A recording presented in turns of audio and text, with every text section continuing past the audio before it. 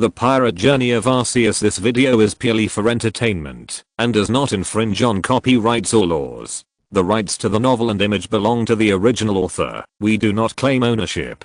Don't like waiting and want to listen to this fanfic in full now? Subscribe to our Patreon, where you'll find the best fanfics. Chapter 701, The Prototype of Green Blood and Pacifists. O'Hara's library records too many precious documents, which also gave Vegapunk great help in the original timeline. When O'Hara was packed up and taken away, Vegapunk relied more on the world government. The world government, which has stood for 800 years, has its own heritage. They still retain many things that have disappeared in the outside world, including some data and documents. As the rulers of the world, many things are easy for them.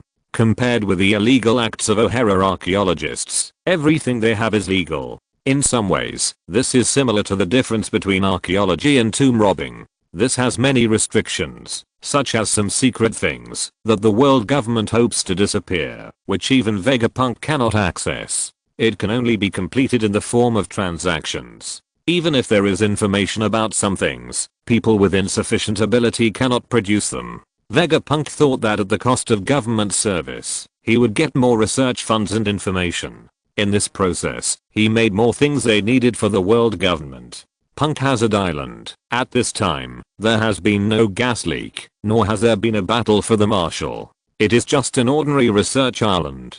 Vegapunk himself and Caesar are on this island at this time. Strictly speaking, Vegapunk is a scientist affiliated with the Navy, but the world government is also qualified to intervene. A team of CP0 agents came here with new orders. With the identity certificates of the world government, they had no obstacles along the way until they were stopped in the research area of Vegapunk. The main body has no time to deal with you. Just tell me if you have anything. You'd better hurry up, because I'm also very busy. In the rest area, they met Desire York, one of Vegapunk's clones. She took the place of other clones to rest and eat. It can be said that she is the most relaxed one among many clones. This is the information you wanted before. We brought it all. The leading CP0 seemed to be accustomed to Vegapunk's attitude and put a briefcase in front of York. That's all?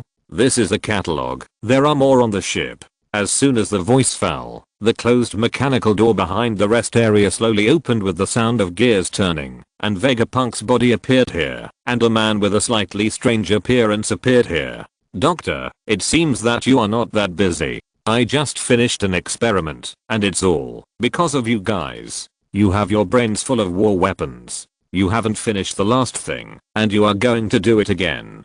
Vegapunk's tone was not very friendly, and his attitude towards the world government was not very close. It was just because of the changes in the situation in the sea that he finally chose the Navy as a force. His research requires a huge amount of funds, which ordinary forces cannot satisfy him. At the beginning, Long also invited Vegapunk to join the Revolutionary Army, but was rejected in the end. The reason was that his revolutionary army was too poor and could not meet his research needs at all. Only in a more suitable place can he play his greatest value. We are also for the stability of the sea. Here are the materials you need, Doctor.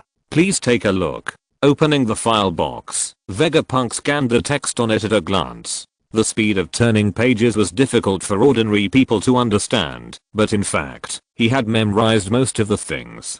He himself was a superhuman brain fruit. The brain fruit gave him unlimited brain capacity. Combined with his own scientific research talent, he gradually led this era in research. Memorizing things was very simple for him. It was enough to just read the text. It's these. What about the things? Doctor, you have to show us the previous research results first. At this time, the world government had the capital to negotiate. Without O'Hara's documents, some of Vegapunk's research progress was severely delayed, so he had to compromise. Come with me, don't touch anything. Led by Vegapunk, they walked into another room with many mechanical parts. There was a structural diagram on the screen next to it that these agents couldn't understand at all. When those lines were put together, they just formed the shape of Genesect. In addition to the two giant weapons, the King of Enthusiasts and the Bankera, war robots such as the Genesect also attracted their attention, and they were earlier than the King of Enthusiasts. After all, it was a mass-produced machine. For a force, mass-produced things are far more valuable than a single individual. It's just that in terms of performance, the Genosect is far inferior to the king of enthusiasts. As a security force, they rarely go out to fight, but they are also concerned by the world government. What you want is a combat robot that can identify the information of pirates and act independently. Vegapunk pressed a button beside him, and then the robot in another compartment started to move and attack the target marked as a pirate. The weapons were just ordinary machine guns and flamethrowers, and the appearance was much simpler. This was the prototype of the pacifist. Compared with the complete version of the pacifist, this machine is very simple, and many studies are still in progress. Several people reported what they saw to their superiors. After receiving a positive reply, they made another phone call to the ship and ordered them to start moving the information. Then they made a new request to Vegapunk about the plan for giant weapons. What are you talking about? The human giantization experiment has failed. Don't you know this? And this matter has been taken over by Caesar, right? And I have said it long ago, that the natural type ability you want is too difficult to achieve. We know, but doctor, you can take a look at this. The video Dendenmashi played the image of Bankara, and also the text information obtained from the analysis. Sandstorm. Laser. This is Crocodile's blood sample. General Borsellino will be in charge of the defense work here for a period of time in the future, and will also cooperate with your research. If Quinn can do it, then there is no reason why you can't do it. For the 7 warlords of the sea, the world government has a way to collect their blood. The name of physical examination and registration has convinced those people. No one thinks that a little blood will cause any impact, and they all cooperate with the requirements of the world government. This is a research that Vegapunk has proposed long ago. He calls it green blood, which is a further study of bloodline factors. Through the blood of the ability user, green blood can make the ability reappear in other people, but it is still under research and is not mature. Although there are successful examples, there has never been a successful natural type example.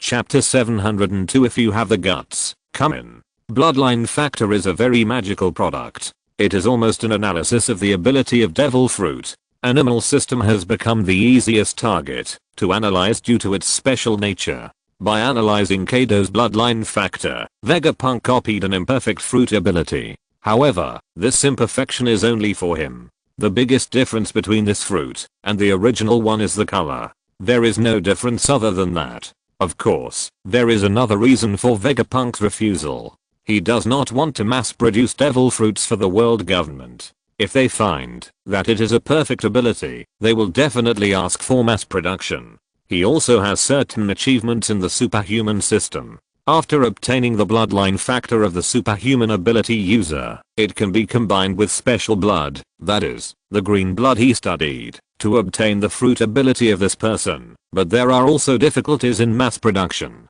As for the natural system, it can be said that there are many difficulties in research, and there are not many clues. How did this guy find a suitable carrier? He did not take CP0's words like provocation to heart, but became curious about Quinn. It is not difficult to control ordinary sea beasts, but this kind of giant beast that uses elemental power is different. The fruit is not used in this way. Few normal people would feed their pets with powerful natural element, and the bloodline factor is not so easy to bear. The green blood he created has not yet entered the actual combat stage, because normal creatures cannot bear that power. As for the mythical beast species, it is even more so. The mythical beast species is not a cabbage. Apart from the 100 beasts, it is very rare for the forces on the sea to have the ability of mythical beast species.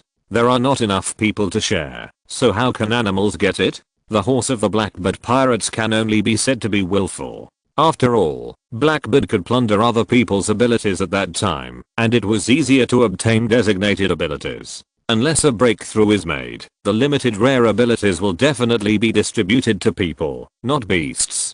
From the information he received, Quinn seemed to have made an incredible transformation on himself. Originally, he was just an ordinary Brachiosaurus fruit, but according to the latest information, he has the ability to control plants. If that is just Quinn's research results, it seems that the application is still very wide. Okay, it's time for you to leave. I'll let you know when there are research results. New ideas flashed through Vegapunk's mind.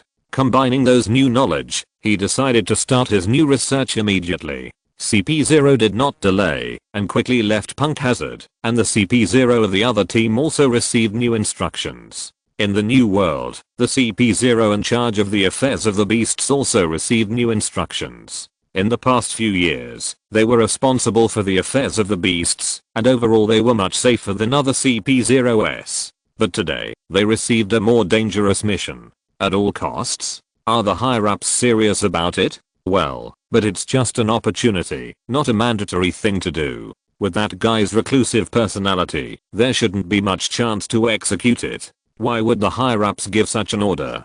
Doesn't his bounty order require him to be captured alive? The main goal now is also to capture him alive, but there is a new alternative. The most important thing the world government values when recruiting CP0 is loyalty. If they are not loyal enough, no matter how strong they are, they cannot enter CP0. Their loyalty can make them ignore their own lives. For example, risking their lives to interfere with Kaido's battle, risking their lives to take pictures on Onigashima, etc. When the world government issued an order at all costs, it meant that their lives were also one of them. The order given to them by the world government was also very simple. If there was a chance, they could bring Quinn back, and if there was a chance, they could even choose to kill him. They wanted this thing, but if they had to, it was not impossible to destroy him. According to the pirate theory of relativity, the world government itself is in an absolute advantage. If they do not make progress, as long as they block the enemy's opportunity to progress, they can continue to maintain their advantage. In Wano country, Ling Hao, in another laboratory of Quinn, the front end of his braid behind his head suddenly spread out, forming a small umbrella-shaped shield. All the water guns sprayed by the multi-pricked ammonite were blocked, and then it was added with domineering power, which blocked all the subsequent spiked cannons. Ha ha ha. You have no tricks now. This is the defense mechanism that I have specially studied. Isn't it a surprise? After successfully blocking the attack of the spiny ammonite, Quinn's face once again showed an extremely proud smile, but the next moment, he was covered with mud because of his excessive pride. Damn it. Tell me, what's the news this time? Good news. They didn't increase your reward this time. Huh. The reward did not change, which surprised Quinn a little. He was used to the strange situation that the bounty inexplicably soared when he was in Wano country. Sometimes it became abnormal if the price did not increase. Why? I don't know. It seems to be the decision of their intelligence department. But there is still some bad news. Bad news? How bad can it be? Even the bounty didn't increase this time. It seems that my bad luck has come to an end. They said that under special circumstances, they can kill you at all costs. Good luck. The spiny ammonite said the last sentence word by word, and then entered a dormant state, completely ignoring the fact that the cigar in Quinn's mouth was shocked. At least his life was not in danger before, but now he seems to be facing something more terrifying. In his eyes, CP0 are all crazy people. Those guys are brainwashed by the world government and are top killers who are willing to die for it. If they really target him, I'm afraid he will have a hard time. No, we have to find a way to deal with it. This self-defense device should be strengthened. It is not suitable for only targeting spiny ammonites. The sensing range must be expanded. When he was researching toy battle suits for Yamato before, he was rummaging through boxes and cabinets in O'Hara's library to find technical information. He accidentally discovered this technology and applied it to himself. It seems that further improvement is needed. After thinking about it, Quinn has no plans to leave Wano country in the near future. Anyway, there is everything here, and there is no need to go out and suffer. After thinking about it, Quinn took a piece of paper and started writing the report directly. It is recommended to strengthen the identity registration of Wano country residents and improve the identity card system. This matter has been popularized within the beast, but Quinn feels that it is necessary to expand the scope so that the probability of those agents sneaking in can be greatly reduced. They can't attack Onigashima by force. The nature of CP0 is not to do such a thing, so he has to reduce the probability of possible assassinations. Chapter 703 Quinn's Despicable Plan. I want to see how you guys are going to get in this time. If they want to kidnap or assassinate him, the prerequisite is that they have to get close to him. As long as they can prevent the other party from getting close to him, they can reduce the occurrence of such things from the root. He used to think that the identity card system was a bit redundant, but now it seems that there is no policy that can make him feel safer than this. It's just not leaving Wano country, no big deal. As long as he wants, he can still go out. As long as he doesn't show off, even those agents can't lock his whereabouts. The most stable way is of course to go out with a big backer, but he doesn't want to do that. Going out with Kaido is no different from going to the underwater prison to fall into the trap. He often walks on the road of death. Kaido himself is definitely not going to die, but it's not certain if Quinn follows him. Arceus is relatively safe, but following Arceus is likely to be beaten by Shaina, which is also not a good choice. After checking the report he wrote, Quinn didn't find any problems. Just when he was about to submit the report, a new idea suddenly flashed through his mind. Miss Yamato. No, it should be said that our beloved Oni-sama seems to be able to help a lot. If he could trick Yamato into going out with him, first of all, he would not be inexplicably taken to an extremely dangerous environment, nor would he be beaten by unknown people. Yamato's strength is one thing, but more importantly, she has a backup left by Arceus. Thinking about it this way, going out with her is really a very safe choice. The most important thing is that compared to Kaido, who seems to be careless, but is actually a shrewd person, Yamato is much easier to fool. As for the last time he was blackmailed by Yamato, he thought it was just an accident. Now Yamato has more autonomy. As long as he can successfully fool her, many problems will be solved. But he forgot one thing. If something really happened, he might be unlucky.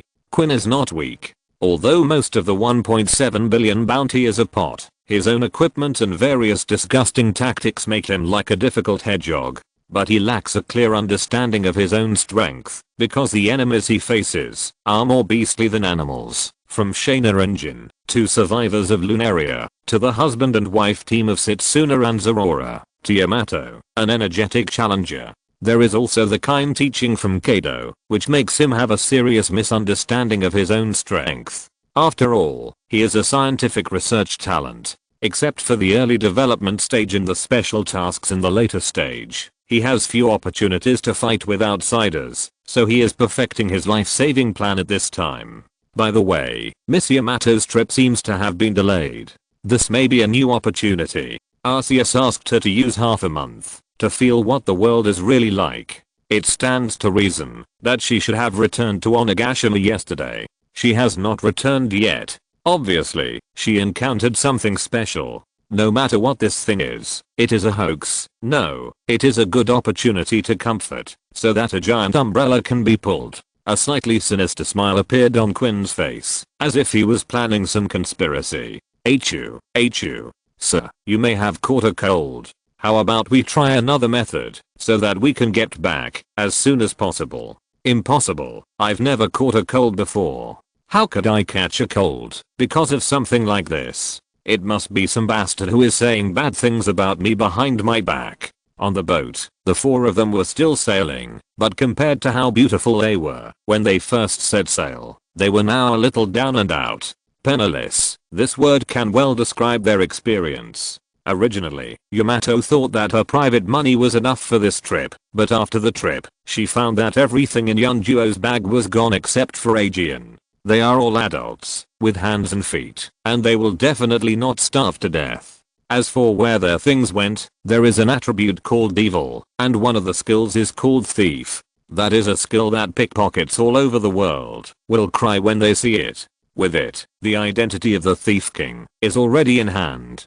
There is no material support, and even no flags related to the beasts are hung. Everything depends on their self-reliance. Originally, they started their return journey a few days ago, but there was a little accident on the way. The weather in the new world stabbed them in the back. Under the huge storm, although the ship was not damaged, the supplies on the ship were basically lost. It will take some time to return to Wano country from here. It is impossible to go without food and water. Unless it is a life and death battle that lasts for several days, no one will fast and abstain from water. During this time, Yamato has realized how difficult it is to survive in the new world. Because there is no flag, this ship is just an ordinary shipwreck in the eyes of outsiders, which has also caused a lot of trouble. There are very few people who think that the target of the robbery is too poor, and they have changed from robbery to poverty alleviation. Most pirates don't care what the conditions of the robbed people are. They will rob whatever they have. Even if there is no money, a bottle of milk or a sampan can be their target. The purpose of this kind of pirate's voyage is not adventure, nor is it to realize dreams or become famous. They are just bullying the weak and experiencing happiness from oppressing the weak. They belong to the worst kind of pirates. In this process, bombardment is inevitable. Yamato adheres to a principle. If she just wants to fight, she will show mercy, but whoever dares to touch her ship will have to pay the price. She would rather catch the shells with her face than want the ship to drop a piece of slag, otherwise the price will be too heavy. Sir, why don't we be more direct? It may be a bit difficult to return to Wano country without replenishing supplies. Yes, we are pirates after all. Even if you don't like it, sir, let's write an IOU. If it doesn't work, Speed and Mazika both hope that Yamato can return as soon as possible. These young people born in Wano country have never experienced such a hard life. In the past, no matter how hard the training was, they never lacked logistical supplies. Only in this environment did they understand how much benefit they had enjoyed from the beasts. The way they talked about was naturally to rob. According to Yamato's habit, replenishing supplies must cost money, and it is impossible to rob ordinary people. As for working to make money, it is impossible to work part-time. That profession is not suitable for them at all. Just wait a little longer. There will always be pirates passing by. We can rob their supplies and go back. Damn it, why can't we meet such kind people again? Chapter 704, Enlightenment and Reappearance of Yamato no Orochi. Sir Oni, I don't think they are really kind. These are the people who have been willing to send us supplies for so many days, and aren't they from the Big Mom Pirates? I remember that we have a pretty good relationship. Yes, that's why they did this. Speed didn't know what to say. This was the most bizarre experience during their sailing days. In addition to the honest pirates of all kinds in the new world, there are also 3 sea emperors. Many pirates under the Big Mom Pirates also want to plunder supplies. It's just that it's not in the Totland Sea of Big Mom. At the beginning, they were just traveling in the sea normally, and they were attacked by the pirate ship. Because their ship was not big, the ship did not fire, but chose to board. However, just as they approached, and the anchor hook in their hands had not been thrown out, they saw who was on the ship, so the movements of this group of people instantly froze. Beast and Big Mom are not strangers to each other, and they know a lot about each other's cadres, not to mention that the other party is Kaido's daughter. Unlike the Big Mom Pirates, which have many children, Beast has only one person. And according to the general understanding of the members of the Big Mom Pirates, the captain's children must have a high status and are generally very strong. At the same time, if someone wants to rob their ship, no matter what the other party's identity is, as long as they can beat them, they must kill the other party first. As for the consequences, that is something to be dealt with later. Now they have encountered a person who is absolutely impossible to beat, a monster that only the ministers of the kingdom can deal with. But the good news is that they haven't started yet, so the people on the ship suddenly had an idea and changed their behavior to sea rescue and kindly gave all the supplies on their ship to Yamato. With their sincere attitude, this matter can be regarded as fooling around, so Yamato will have the idea of being a good person. Wait a little longer. This is the only way for pirates to enter the new world. If you wait a little longer, you will always meet the right person. Looking at the MTC, Yamato suddenly remembered something. If she remembered correctly, Ulti and Page 1 had done something similar when they went out before, and they seemed to have acted as bait. They didn't tell the details. Page 1 would never tell what happened that day, and Ulti seemed to have regarded that as her own little secret, but Yamato thought it was something that could be used as a reference. Are any of you willing to be a bait once? Looking at the 3 people next to her, Yamato decided to release a bait as well. She found that she was quite well known outside, and being a bait was a bit too conspicuous. I'm a person with special abilities, and it is not appropriate to be on the sea. I have to steer the ship. This ship is still a little old, and someone has to watch it all the time. Speed and Cilicia gave their reasons one after another. It was not dangerous to be a bait here, but they might encounter strange things on the way. Yamato's strength was enough to protect them, but it was just a result. The process is not certain. There were 4 people on the boat, and only Mizuka was left. She could not find a reason to shirk, and had to act as Yamato's bait. Yamato succeeded, and after wasting another day, a group of kind pirates appeared again, and contributed enough supplies for them to return to Wano country, but they were not as lucky as Big Mom's people.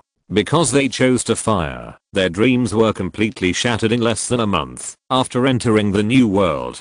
10 days later than the scheduled time, Yamato and others returned to Wano country smoothly with the commemorative ship. At this time, she finally realized how wonderful the logistics of the beasts was. Happy. It's a little accident. If it weren't for the storm, I would have returned a long time ago. In the bathroom of Onigashima, Yamato was soaking in the hot spring water comfortably. The previous ship could take a shower, but it didn't have the function of taking a bath. At this time, she was soaking in hot water, and there was a happy egg behind her helping her with her hair. There was a small boat floating on the water, with prepared drinks and snacks on it, which was a world of difference from a few days ago. After packing up, Yamato changed into a set of neat clothes again, and went to Arceus, to talk about his feelings about this voyage. Do you feel the difference? I feel it. Without logistical support, life outside is really hard. Any new plans? Well, work hard to become stronger, and then defeat my father, as soon as possible. The future of all beasts should not be like those scum on the sea. There should be a way that is more suitable for us. This trip allowed her to see the suffering of the outside world, and her thinking has changed to a certain extent, but she only saw what was in front of her. Compared with her previous extremely idealistic ideas, this is already a big improvement. Kaido is the one who is happier about this answer. Even if Yamato's goal is to defeat him, as long as she continues to become stronger, he can accept this. On the other hand, the flower capital of Wano country is prosperous and peaceful, and there is no trace of the war a few years ago. The quality of life of the residents is still good. People living in the flower capital are also the high-income class in Wano country, and are relatively richer than ordinary people. There were just a lot more Pokemon on the streets, and in the sky, as well as some animals with Pokemon bloodlines, such as Zyoka's offspring. Today, Zyoka did not stay in the kennel, but wandered outside, looking at his kingdom. At this time, he was drilling around in the bushes, looking for something interesting to him. After sliding down a hillside, Zyoka found a strange fruit on the ground. The fruit looked similar to a pineapple. There were several symmetrical stems and leaves on the top of the fruit that spread out in all directions. The ends of the stems and leaves were triangular, like several snakeheads. There were scaly patterns on the outer skin of the fruit. Looking at this strange thing, Zyoka carried it back to the house. After becoming a cat dog, its intelligence developed rapidly, and it knew that its owner would also look for this thing. Woof. Kajiro was not there, but Zyoka dialed the Dendenma she placed in the kennel and successfully contacted Kajiro. After confirming that he had found a new devil fruit, Kajiro handed it over directly. After several transfers, the fruit was also sent to Quinn to determine a more specific type. By comparison, Quinn quickly found the type of fruit. It was Kaido's favorite animal type, and it was also a very rare mythical beast type, the snake fruit, the mythical beast type, the Yamato no Orochi form. More than a decade after the death of the Orochi, this fruit was found again in Wano country. Chapter 705, Windspeed Dog and Servant Sword General. Wano country is really a place that is hard to understand. What is attracting them? After carefully comparing the illustrations and making sure that he had not recognized the wrong fruit, Quinn could not help but sigh at the special nature of Wano country. Animal type fruits are not rare, but if they just turn into animals, most people cannot make good use of this ability. They have not even studied their own bodies, let alone developing animal-like bodies. In the past few years, the most famous mythical beasts known to the outside world were Kaido's fish fruit blue dragon form, Sengoku's human fruit big Buddha form, and Marco's bird fruit phoenix form. Apart from the three of them, there are no mythical beasts with prominent abilities in the sea. Although the beasts are now mythical beasts, that is the ability of Arceus, not ordinary fruit ability users. Wano Country is different. The mythical beasts found in Wano Country in recent years include the Rudo and Yamato no Orochi. The appearance of these fruits here always makes people feel a little strange. According to some statements that are not 100% certain, devil fruits are the product of idealism. Each fruit symbolizes the fantasy of people in the past. Because someone imagined similar abilities, similar fruits were born. Wano Country has been closed to the outside world for hundreds of years. The unique landform environment has given birth to a large number of myths and legends. This may be the reason why a large number of mythical beasts were born here. However, these have nothing to do with Quinn. His main research topic was viruses. At the beginning, all the members of MADS were like this. Except for Vegapunk, Quinn was keen on studying viruses. Judge made his spear and combat uniform, and Caesar started to study artificial fruits. Now relying on the documents and the database and practical needs, Quinn is becoming more and more omnipotent, but it is obviously meaningless to think about this kind of metaphysics. He can still deal with scientific problems. As for theology, theoretical problems should be found by Masu, and practical problems should be found by Arceus. This is the most practical solution. It is enough to register ordinary fruits, and put them in the warehouse casually. As for air mythical beasts, he still has to go there specially. Of course, he also wants to ask about the implementation of population identity registration. In the more than 10 years since he came to Wano Country, this was the first time that Quinn was so concerned about the livelihood issues of Wano Country. It was difficult for those CP0 to achieve their goals, but Quinn didn't want to be stabbed inexplicably. With the fruit and the new report, Quinn took his pig cart to Onigashima again. Yamato no Orochi. Is this thing really reborn in Wano Country? I don't know. Anyway, this thing was found by Kagero's dog. But Lord Arceus, what do you think about the popularization of identity cards? You can handle it yourself. You know the process specifications, but it takes some time to collect personal information. At this time, the reputation of the beasts in Wano Country was full, and the advantages of non-terrorist rule were also reflected. Due to the significant improvement in the living environment, they all cooperated with the new policy of the beasts, and things like this were not very troublesome. It's just that the statistical information is summarized a little bit. Since Quinn is so concerned about this matter, it's just right for him to arrange it himself. Everyone knows why Quinn did this. Letting him handle it himself just happens to eliminate unexpected factors. Except for Kaido, few people will joke about their own safety. Compared to this, the thing for Kagero is the problem that needs to be considered. Although this thing was found by Zyoka, Zyoka is Kagero's pet after all, and it is difficult to completely separate a person and a dog. It's about time. Just let them evolve together. Shaina, you will take them to Kagero later, and give him the things. This is how to use it. Remember to tell him. Yes, sir. After receiving Arceus instructions, Shaina quickly memorized the simple usage method, and walked to Kagero's mansion with the newly appeared Pokémon. Not long after, Kagero's mansion had a group of new faces. Several commanders came to Kagero's house with a firestone. The firestone is for Zyoka.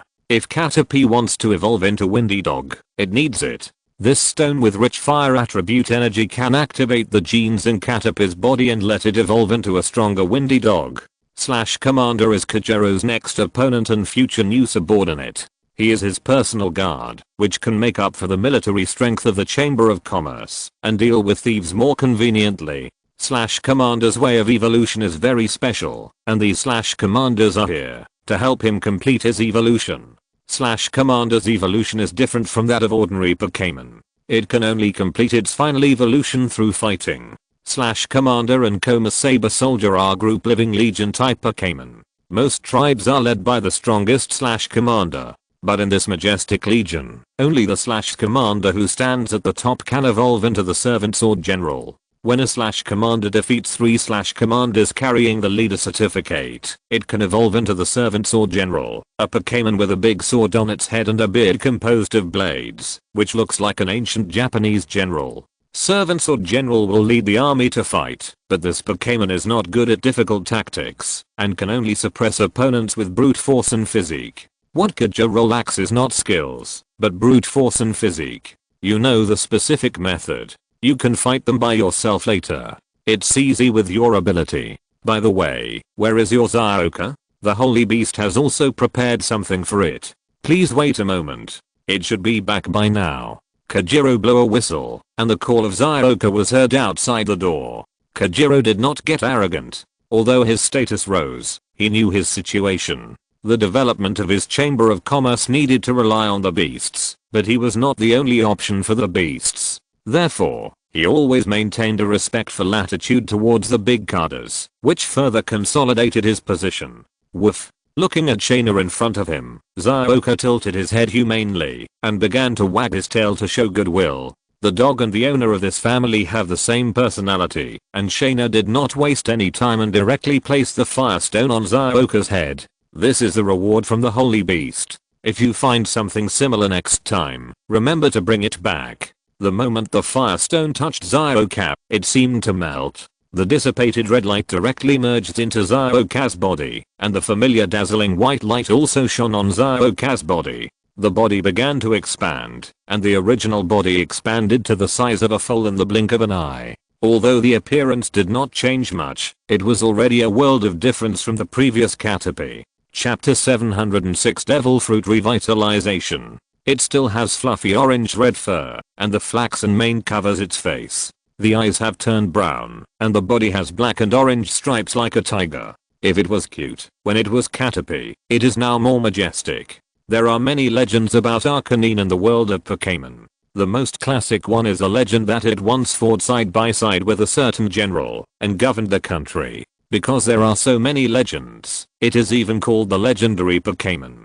The gorgeous mane is fascinating. Arcanine has a large number of fans in the history of the Pokémon world, and it is also a Pokémon that is very good at running. As a classic among fire Pokémon, the blazing fire in its body is its energy, and its name comes from its running speed. According to legend, Arcanine can even travel thousands of miles a day when running at full speed, and if it runs non-stop day and night, 10,000 kilometers is not a problem. Of course, the reality is not so exaggerated, and legends are always exaggerated to a certain extent. Looking at the evolved Kakashi, Kajiro sighed. This is a world of difference from the little puppy at the beginning. Until you finish the battle, the commanders will not listen to your orders, and of course, they will not make trouble. I personally suggest that you finish the battle as soon as possible. After explaining everything, Shaina turned around and left here directly. She didn't mean to delay any further. However, when she left, she saw several giant forgers sneaking around and looking at Kajiro's mansion as if they were discussing something. It can be seen that with the addition of the commander tribe, Kajiro's future life will not be peaceful, and the mansion may become very lively. But Kajiro and the mansion didn't know what was happening outside. At this time, Zyoka had turned into a licking dog, and while adapting to his new body, he was expressing his joy to Kajiro. His tongue left a lot of saliva on his face, and Kajiro also used the mane on his chest as a towel. It seems that your furniture needs to be replaced with a new batch. I didn't expect your body shape to change so much. If an ordinary dog had such a big change, I'm afraid the whole doghouse would have to be replaced. But Zyoka was different. The doghouse that was comparable to the villa didn't need to be replaced at all. Just the bed and other things needed to be replaced with a larger one. As for the original ones, they can only be used for Kakashi's offspring. By the way, you are not allowed to run around with those two little guys, understand? With they can't find you either. They can only stay nearby, not too far away. The they that Kajiro mentioned are Miawana and Wolf. Influenced by the blood of the furry and Zorora, these two little guys get along well with other Pokémon and people or beasts with Pokémon abilities or bloodlines. Kakashi is an example. In addition, Misu's Flamahorn, the Steelix and Tanabata Blue Bad of the Sky Island, the Gyarados and the large Magikarp in the water. Any creature that can serve as a means of transportation has a familiar relationship with them. This led to Setsuna often catching children. If he hadn't made life cards for them in time, Setsuna might not have been able to catch them in time.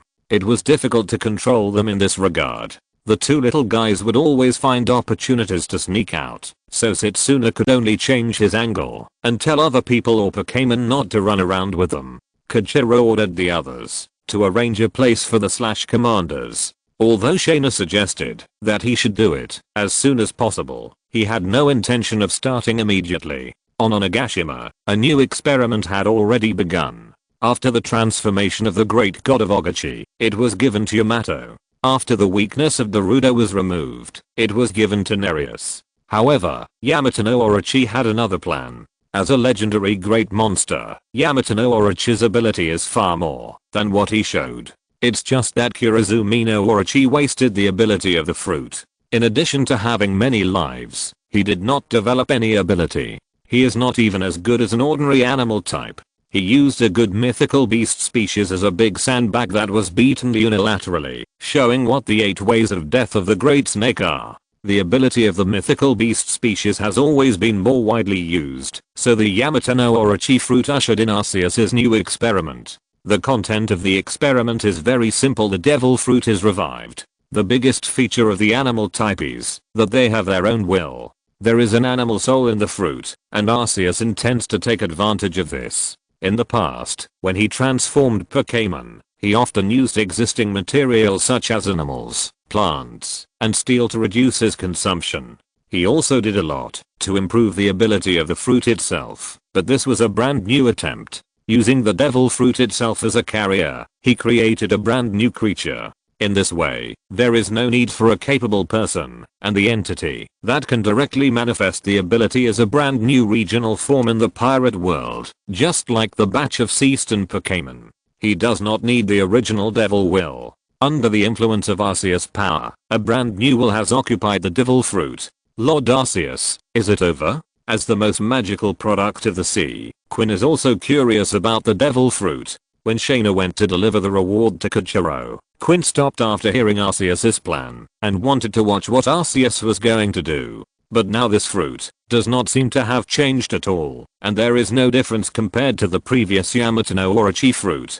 Of course we can't do it here. Let's go to the roof and see the new results. This attempt has basically been successful. The size is based on the fruit. The size of the animal system is affected by the host and the type of fruit. The performance of the dwarfs and ordinary people is completely different. At this time, there is no host, so the size is naturally based on the legend of the Yamato no Orochi. Judging from the effect of the snake's transformation, the Yamato no Orochi is not that huge, but it is also nearly 20 meters long, a large creature that can be compared with the giant beast army. The room can accommodate it, but many things are not easy to try. It has not been long since the reconstruction here, and Arceus does not want to ruin it again. In the training ground on the roof of Onigashima, the Yamato no Orochi fruit is placed on the surface. At this time, it is like a seed. It begins to take root and sprout in a suitable environment. The fruit gradually expands into a sphere and then begins to extend other limbs outward.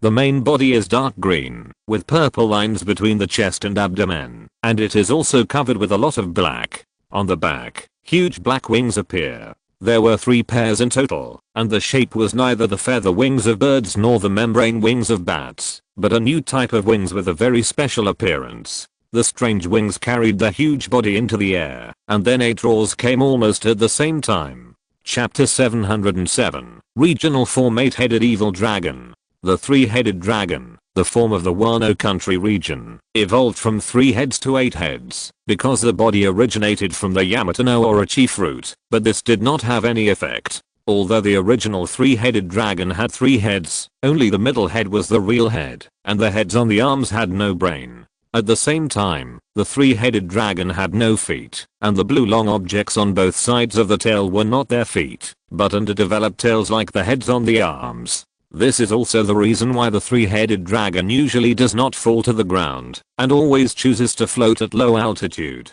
At this time, as it became an 8-headed dragon, the heads without brains around it also became 7, and there were 7 smaller tails next to the thick tail behind it, which was very similar to the Yamato no Orochi in image. Even the color inherited the green color of the Yamato no Orochi fruit, which just fits the heterochromatic form of the 3-headed dragon. Of course, the 7 heads just have no brains and are controlled by the will of the middle head.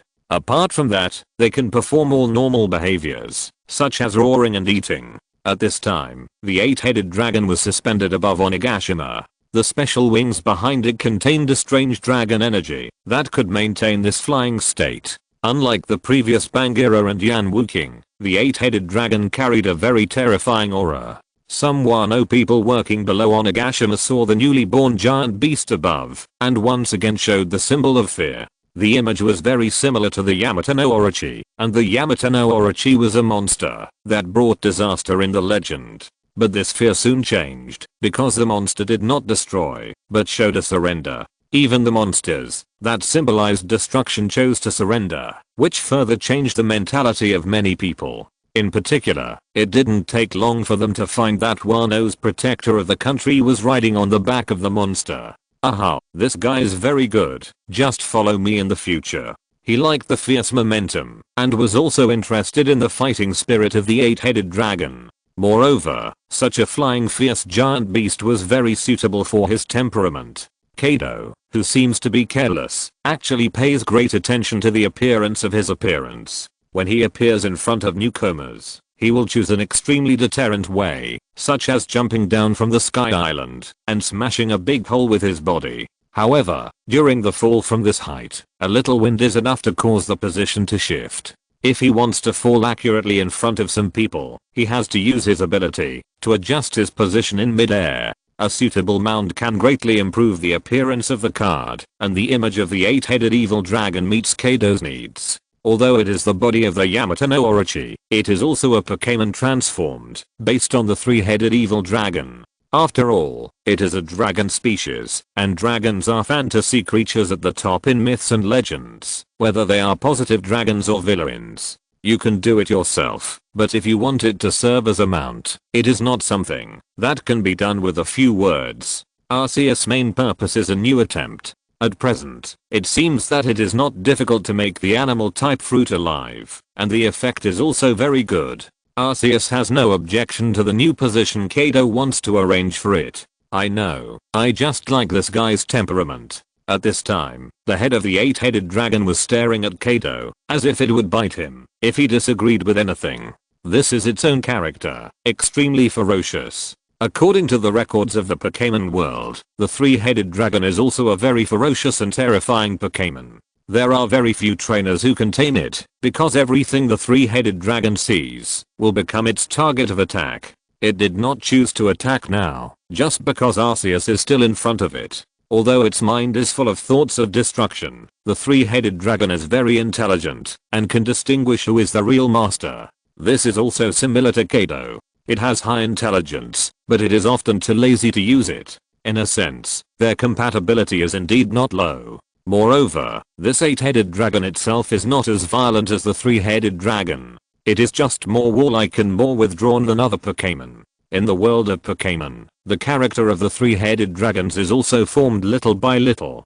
Due to their ferocious appearance, the 3-headed dragons were previously regarded as the embodiment of evil, and they were constantly hated and attacked by people, so their temperament became violent. Moreover, before evolution, the original single-headed dragons had no vision. They could not see anything, and they understood everything by biting, which easily hurt other things in the process. For a single-headed dragon, there are only 2 kinds of things in the world, edible and inedible. This also caused other Pokémon to dislike them, which eventually led to this situation. I like you very much, you can be my mount in the future. Without fear of the sharp teeth of the 8-headed dragon, Kaido reached out and grabbed it, and the 8-headed dragon bit it directly. Not bad strength, you are really a good mount. Feeling the strength on his skin, Kaido's smile became even stronger. You have also heard what the one who created you said. If you have any objections, just express them now. Raw. It heard what Arceus said, and knew that Arceus meant that the man in front of it could be its master, but it did not mean to obey directly. Except for Arceus, it is not so easy for others to tame it. Although Kaido does not understand this language, he can also feel the meaning of the 8-headed dragon. So a most primitive Pokémon capture operation appeared here. The character of the 8-headed dragon is difficult to capture by just touching it, and it is impossible to do it without sufficient strength. Kaido just fits this character, and he fights a fierce melee with the 8-headed dragon in the flesh. Over the Ghost Island, a drama of Kaido fighting the dragon was staged. The 8 heads of the 8-headed dragon spewed attacks of different attributes. Sharp rock spikes, scorching flames, and roaring lightning all hit Kaido's body. But it only made Kaido more interested in it. In order to show the ability of the master, Kaido was like a steak, whether it was biting or breathing, he used his body to bear it. In the end, he controlled the 8-headed dragon with a naked choke, and used his own strength to make it accept the identity of the master. The workers of Wano country who were fortunate enough to see Kaido and the 8-headed dragon from a distance, told their stories after returning home, so that in the end, Wano country had a new stage play. They evolved the plot of Mingwan protecting the country, based on the identities of Kaido and Yamato no Orochi. If you're listening to this novel on a channel other than Fanfic World, it means they downloaded and uploaded it without effort. We cordially invite you to visit our channel, Mundo Fanfic Novelos. There you'll find the original version of this story and you can explore many other novels of various genres. We're waiting for you to immerse yourself in a world of incredible novels. Chapter 708 New World Central Fighting Tournament. This plot has nothing to do with Kaido, except for the character image and ability. The background of the story is completely forced. But this is the situation in Wano country now. Kazuki Hiyori is a general, but except for those who have no interest in politics, people with a little political awareness can feel the situation in Wano country. In terms of force, they have no ability to fight Kaido. In name, Kazuki Hiyori's position as a general is extremely stable. The assassination of Kazuki Sukiyaki in the past is impossible to happen again. Kazuki Hiyori will travel abroad once a year. As the leader of the puppet regime, she has everything she should have, except the lack of real power. Even those ordinary people are the vested interests of the rule of the beasts. These people want to overthrow the beasts, but now it is difficult to gain the hearts of the people. Even those old-fashioned people in the Kazuki family can't find a suitable reason now. In this case, it is harmless for the newly staged drama to praise the real ruler. Moreover, Kaido has a certain interest in drama, so this can be regarded as a favor to him. Moreover, due to Kaido's personality, the actors of the drama have worked hard a lot. After all, he has high requirements for fighting scenes. With a new mount, Kaido did not stay in Wano country, but rode the 8-headed dragon to look for trouble. With such a fierce mount, it would not be in line with his character not to go out and make everyone know about it. The 8-headed dragon was transformed from a devil fruit, but the devil fruit is just a seed. Now it has sprouted and evolved into a new creature. A seed can be fried and eaten, but when it becomes a big tree, normal people can't chew wood. Even if you chew the bark, most of it can't be digested. In short, it has become an independent Pokemon at this time, and no longer has the properties of the original devil fruit of the 8-headed snake fruit. No one cares about Kaido's cocky behavior when he goes out. Even if they see Kaido's arrest in the newspaper, they won't be shocked. Only Yamato remains excited. As long as Kaido is not there, no matter what she does, it is a good thing for her. Among all the people, only Quinn is an exception. Looking at Kaido riding the 8-headed dragon, he wants to stop him, but he is powerless and can only speed up the registration of his population information. He had a feeling that he would be in trouble because of Kaido sooner or later. The days when Kaido was away made many people feel relaxed and happy, and for Yamato, it was a rare free time. Miss Yamato, what are you doing here? Jin found Yamato in a daze on the giant tree above the flower capital palace. At this time, she was looking at the sea level in the distance with Diancie. In the War of Wano country, this tree collapsed in the battle between Kaido and Kazuki Oden. After recovery, it has restored its original appearance. Watch the sunrise. I heard that the angle here is very good. I suddenly remembered that I was tortured by my father every morning before and never really appreciated the scenery of the sun coming out. I understand. It's up to you. I won't bother you. He just noticed that there was someone on the roof, so he came up to check the situation. The defense work here is his responsibility. Since it's Yamato, there is no need to worry about anything. No, Uncle Jin, how come you're here? Where's Drake? Drake's ability to see through things is really good for monitoring. The walls of the house can't block her sight. Normally, she can tell what's going on the roof with just one look. She's been out with Asuka for a while. Her personality is not that of an ordinary woman. She's been itching to do something recently. Wano country is very large. If you don't spend every day with someone, it won't attract attention if a few people leave. Even if Drake is the deputy, she has her own life. Someone attacked our territory again. Yes, but it's not to the point where we need support. She's actually going to compete this time. In the new world, on an island, a large number of strong people from all over the world gathered here. Although they are not the top ones, the average strength of the people here is much higher than that of ordinary people. The island is divided into several parts, and each area is a different arena. The New World Central Fighting Tournament is a private event for the people, but it has a strong reputation throughout the New World, and even other sea areas have heard of it. Every year, a large number of martial artists, pirates, bounty hunters, civilians, and even some navy officers will participate in this battle. For Kaido and Yamato, this kind of competition is meaningless, but for others, it can still serve as a good training. Sister Drake, is this really okay? Of course it's okay. I don't know who organized this thing, but that person has great power. There is a rule that no killing is allowed here. At least there will be no death in the arena. It's a good place. Did you see that kid? Destroyer Kanonidio, a newcomer who started participating in this event last year, has also made a name for himself. Is that the Long-Handed Clan? Yeah, but don't worry about him for now. It has nothing to do with us. We are going to the semi-unlimited fighting tournament.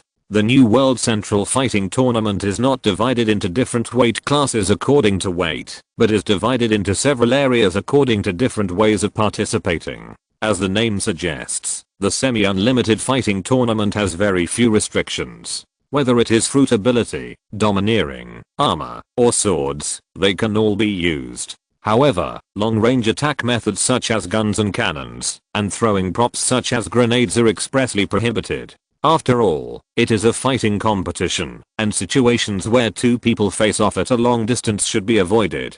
Drake is a frequent visitor here. After gaining the ability, he has won the unlimited fighting competition for 3 consecutive times. In unlimited fighting, what on earth is the opponent carrying? The endless stream of weird weapons may affect the outcome of the game, but the ability of perspective just avoids this problem. She brought Asuka here, mainly to experience different battles and increase the opponent's combat experience. The semi-unlimited fighting competition is very wild. It starts with a big melee, to eliminate a large number of players. As the defending champion, Drake attracted a lot of attention, but Asuka found a strange person.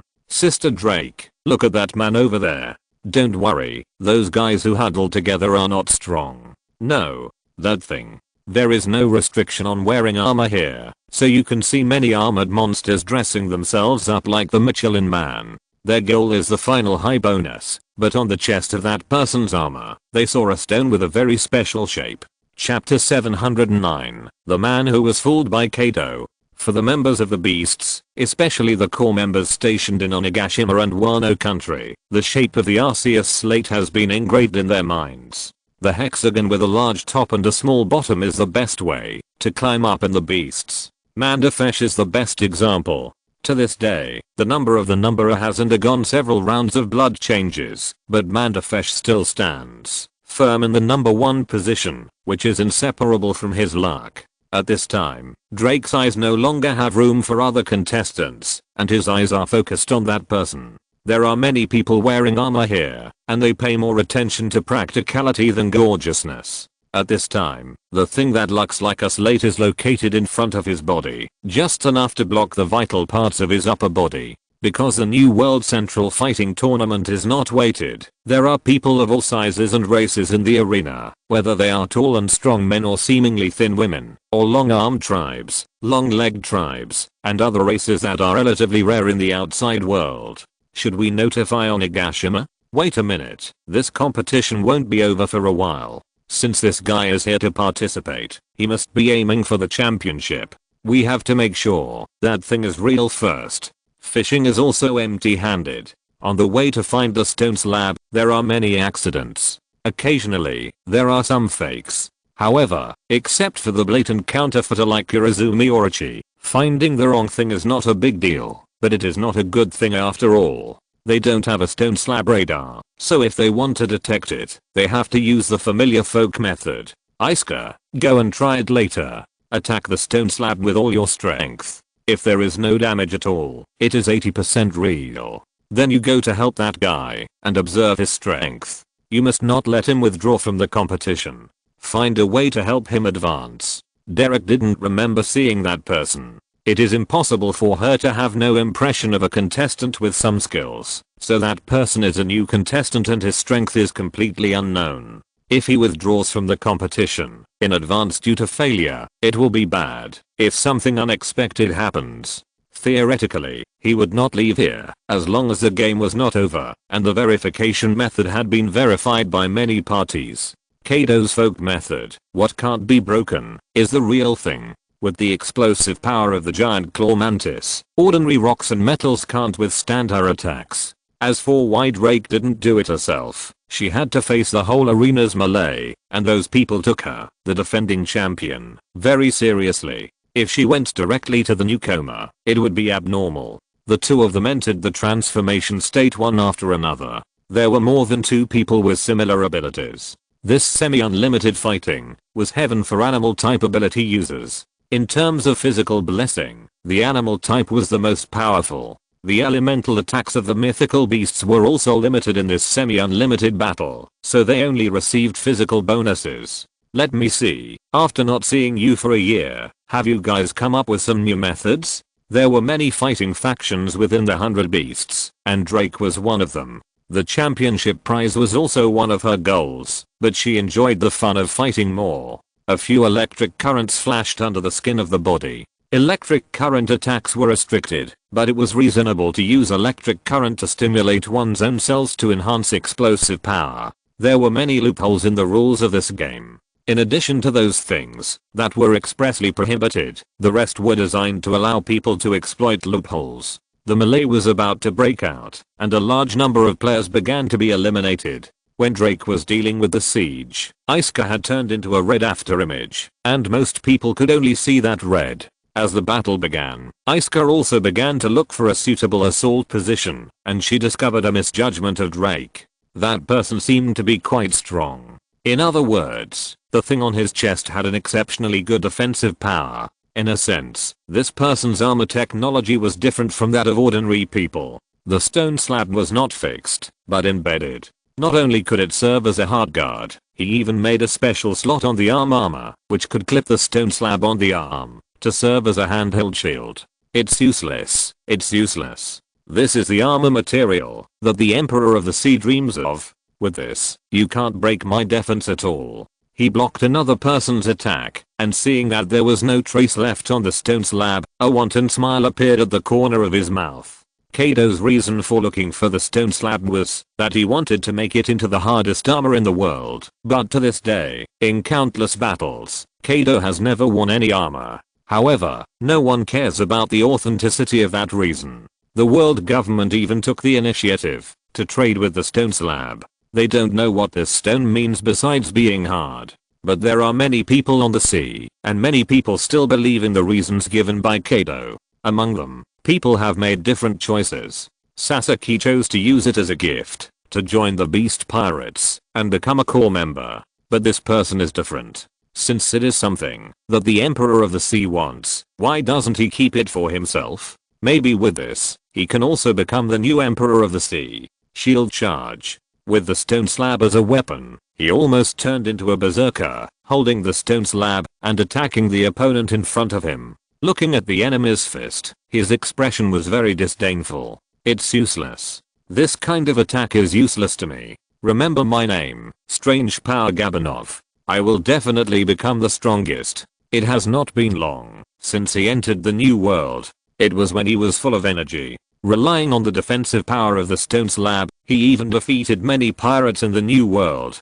Gabanov himself is also a lone ranger with a bounty of 90 million berries. The purpose of participating in this competition is the high bonus. He wants to use this as capital to search for new stone slabs and complete the dream of the indestructible armor before Kaido. At this time, he felt a series of blows coming from the stone slab. Judging from the feedback of the force, this attack was much stronger than before. More importantly, he didn't notice when the person who attacked his shield appeared. Fortunately, he is an idiot. With such speed, he didn't attack from the side. The stone slab could only protect half of his body. Such a fast opponent would be difficult for him to deal with, whether it was a kick or an attack from the side, but the opponent chose this most stupid way. What made him even more puzzled was that the red figure inexplicably retreated after the attack. Chapter 710 Give me a face. This is the New World Central Fighting Tournament? Are all the contestants stubborn?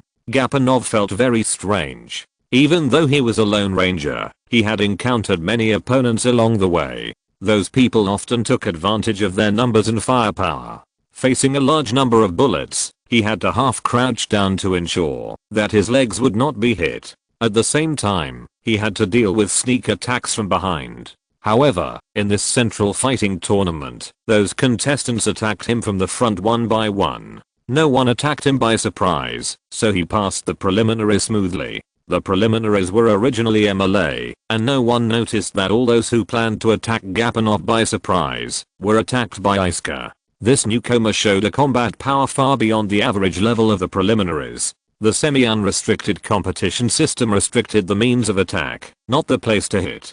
As long as the opponent was not killed, there was no limit. Relying on his own high speed and the power of bullet fists, Asuka gave most of the contestants a heavy blow on the field. The chaotic semi-unlimited fighting preliminaries were not beautiful at all. Hair pulling, eye poking, and all kinds of weird methods emerged one after another. The purpose of the preliminaries was to make most of the people who fished in troubled waters leave the field. It was inevitable to be attacked in the melee, but the steel shell of the giant claw mantis was almost the hardest armor, and Asuka was not affected too much. At this time, she had retreated to the vicinity of Drake, and the insect wings behind her vibrated at high speed, relieving the heat generated by the battle in her body. Drake's fists were already stained with blood. She was much more ruthless than Asuka. Even if she only used fists, she made many people have bloody heads. Those unstable alliances had already left Drake at this time. People with real strength were a little arrogant in their hearts. They disdained to join forces with others at this time, but wanted to knock down the opponent alone and get the championship. The remaining people were not enough to make a qualitative change. How was the test? The smile on Drake's face was very sincere, which showed that she enjoyed this kind of battle. The scar was also slightly hideous under the smile, but Asuka didn't think it was scary. Compared to the ferocious appearance, the beast in human form is more frightening. It's almost certain, but that person seems silly. I don't think he can pass the individual battle.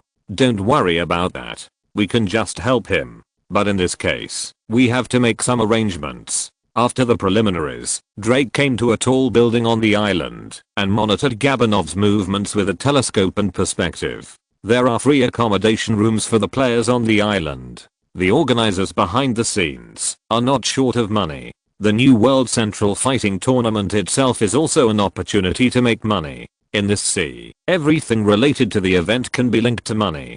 Compared with the profits brought by these players, other things are just a drop in the bucket.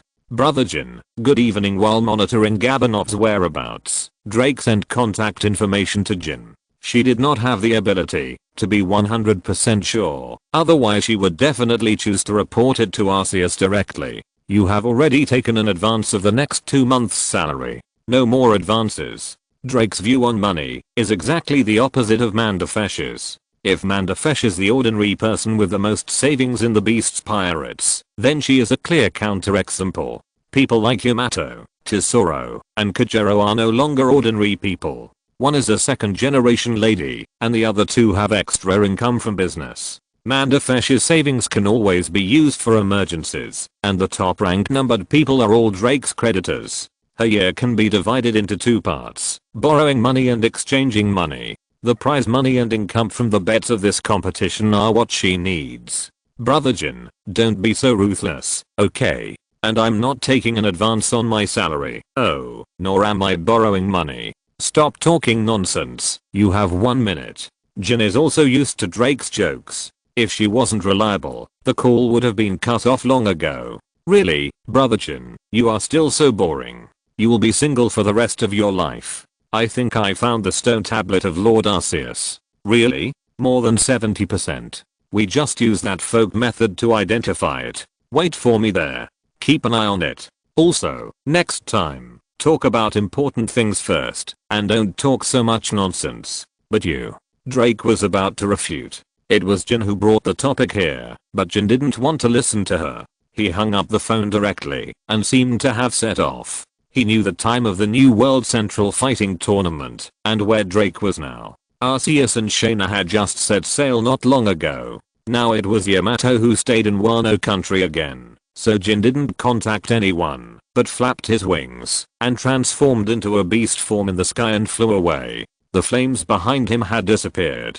Jin flew towards the target island at an extreme speed. If he flew at full speed at the speed of a fossil pterosaur, he could reach Drake's location within 2 days. As for Drake, who was hung up, she was visiting someone else's room, but her way was a bit rude. What exactly do you want to do? Nothing, just can I trouble you to admit defeat in tomorrow's game? Anyway, there is still a resurrection match, you just need to work hard then. Are you kidding? Do you know how long I have been preparing for this game? Even if you are the defending champion, don't even think about it. At this time, there was a sudden bang in the room. Drake accidentally dropped something on the ground. It was not a bomb or anything else, but just an ordinary scroll. When she picked up the scroll, she accidentally opened the lock on the scroll. After the scroll was opened, there happened to be a pirate flag pattern on it, belonging to the pirate flag of the beasts. Oh, sorry, what did you just say? I didn't hear it clearly. Mind giving us a favor? Drake shook off the dust on it and slowly rolled up the scroll in front of him, fearing that he couldn't see the flag clearly. Well, I suddenly remembered that I just caught a cold and feel a little unwell. I really can't participate in the competition tomorrow. That's right, cooperate. It's good for everyone. Remember not to tell anyone. I know your situation very well. Yes, you are right. I haven't seen you at all. Drake's smile did not make him relax at all. This flag reminded him of Drake's other identity. In addition to being the champion, she is also a carder of the beasts. Showing the pirate flag means that this is not just her business. It is better to choose to directly enter the resurrection match, to fight once than to offend the beasts for a game. Happy New Year note, Sogao input method. Chapter 711 almost ruined his own stall. Sister Drake, is it necessary to make it so complicated? Seeing Drake using a kind tone to deal with the opponent for the next 2 days, Asuka didn't quite understand. The beasts were a group of pirates with a very complex composition. Even with the group rules set by Arceus, they only restricted their daily lives. When it came to the slate, the beasts could do something big that would destroy a country. Drake's way of doing things at this time was very different from before. What did Emmeline teach you? Drake didn't answer directly, but asked how Emmeline taught Asuka. Ordinary orphans are now studying in the monastery, but these special ones are usually taken care of by some carders. Asuka was brought back by Shaina and Emmeline, but Shaina was usually busy, so Emmeline acted as her temporary parents. It's just a very ordinary thing. Yeah, that guy is very methodical in everything he does. Some things are very simple. If it's something else, it's okay to just grab it after the tournament is over. After it's over? This is the New World, and the name of the tournament is also the New World Central Fighting Tournament. This tournament has been going on for a while, and the people who organized this tournament have a lot of connections in the New World. We still have a lot of business, so we have to give them some face. The New World is a complex sea area, and most of the top people on the sea gather here. Even the Navy will not act in the New World without sufficient preparation. Now the territories of the 3 major sea emperors are intertwined. Shanks is also rising rapidly, and the situation of the 4 emperors is gradually taking shape. Due to the separatism of many forces, the middlemen in the underground world in the New World have room to move. On weekdays, when everything is peaceful, everyone will give each other a little face. Sister Drake, are you sure that threatening the players in the middle of the night is giving them face? So I threatened him secretly. The situation is different. That guy seems to treasure that slate, and you heard the guy's crazy words on the field. He is a fool who wants to challenge the Emperor of the Sea. This kind of guy may not hand over the thing, even if he risks his life. It will break the rules to use force here. After saying that, he changed to a more comfortable posture and continued to monitor the other party's actions. And there is too little information about this guy. I don't know if he has contacted any other forces after entering the new world. That thing is suspected to be a slate. The safest way is to call someone with stronger strength to deal with it. If I can be 100% sure, I will contact Lord Arceus directly. By the way, Isuka, remember in the future, if you don't have certain information, it's best not to report it to a higher level. This is the difference between Drake and Emmeline. Emmeline is an ordinary member who directly joined the 100 Beasts in the early stage, and Drake is the captain of other pirate groups who joined the 100 Beasts in the later stage. Unlike the office worker version of Mandafesh, she is a complete veteran, very satisfied with her current position, and has no vision for the future. She just wants to live a carefree life. This thing is real, and there is no problem in contacting Arceus directly, but she does not have the ability to 100% confirm whether it is true or not. After reporting a fake to a high level, her immediate boss will also be embarrassed. The achievements are here, and others cannot take them away, so she chose to inform Jin. Before Jin arrived, she only had to keep an eye on the other party. This time she came out to participate in the competition, and she did not bring many people with her. If something unexpected happened when she took the initiative, and the other party took advantage of the chaos to escape, and then hid directly, it would be a big trouble. Some things can be solved simply and roughly, but for this kind of thing, it is better to be steady. Derek did not expect that her stability not only worked, but also indirectly saved her wallet. Gabanov won inexplicably, and he still stayed on the island, where the conference was held, after advancing until Jin arrived. Where's the stuff? It's still on that person. Well done. The credibility of the New World Central Fighting Tournament must be maintained. After changing his form, Jin landed on the roof. He was completely black, and had already blended into the night. Most people didn't notice that there was already such a person on the island. Brother Jin, you are quite interested in this competition. You don't know? Huh? Know what? Drake was confused by the question, and had no idea what Jin was talking about. It seems that I overestimated you. Can't you learn from Mandafesh and know more about these things? Then it's not me, Brother Jin. What's the matter? Nothing. It's just that Izoro just got involved in this competition last month. We are also one of the organizers of this event. If you really make trouble and ruin the reputation here, I'm afraid you will have to say goodbye to the year-end bonus. Jin thought Drake knew about this. She was the only one in the whole beast who was keen on this kind of high prize competition, so he didn't think it was strange to hear that she was monitoring the other party's actions before, and didn't specifically ask her.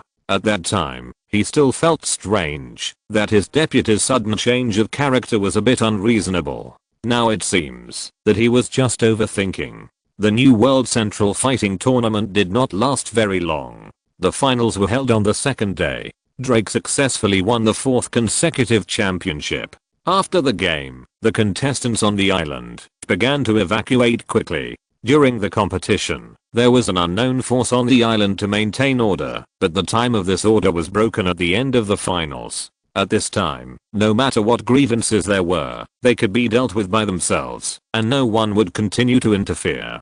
Now that the conference even has a stake in the beast, Jin certainly will not destroy the face of his own business, so he waited until the end of the game. Reputation is something that, once lost, it is not so easy to get it back. Compared with the situation of taking action in advance and having to clean up the mess, waiting has become the safest way. Gabanov's results were not particularly ideal, but he also received a bonus for entering the finals. But when he left, Jin's figure appeared in front of him. I'll give you a chance. Leave the stone slab here, and you can leave here safe and sound. Dream on, this is mine. Don't even think about taking it away. When he first arrived in the new world, he also encountered someone who wanted to snatch the stone slab. It was the most difficult battle he had ever experienced since he went to sea, but relying on the indestructible nature of the stone slab, he defeated the enemy.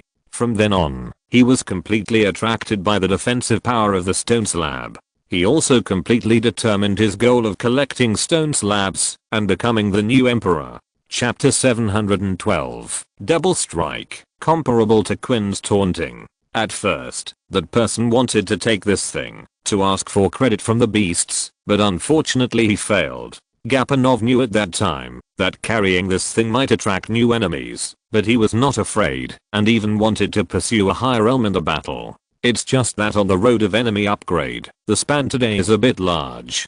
From an ordinary pirate in the new world to a senior cadre under the Sea Emperor, he omitted too many processes in the middle. Stupid, hand it over honestly, and you can still get a chance to join the beasts. Wrong choice. The reason why Tesoro intervened here is also related to the nature of the New World Central Fighting Tournament. Due to the problem of the competition system, it attracts some animal type ability people and martial artists from the New World every year. This is also an opportunity to find talents and recruit new people. Kaido's ideal of the Animal Legion has basically been realized, but a person who wants to start a war will not dislike too many troops under his command. As a person who has just entered the new world, Jin feels that the person in front of him has the opportunity to recruit. With this stone slab, he will definitely not suffer if he chooses to join. If you have the guts, come get it yourself. Your name isn't written on this thing. Are you Kaido's cadre?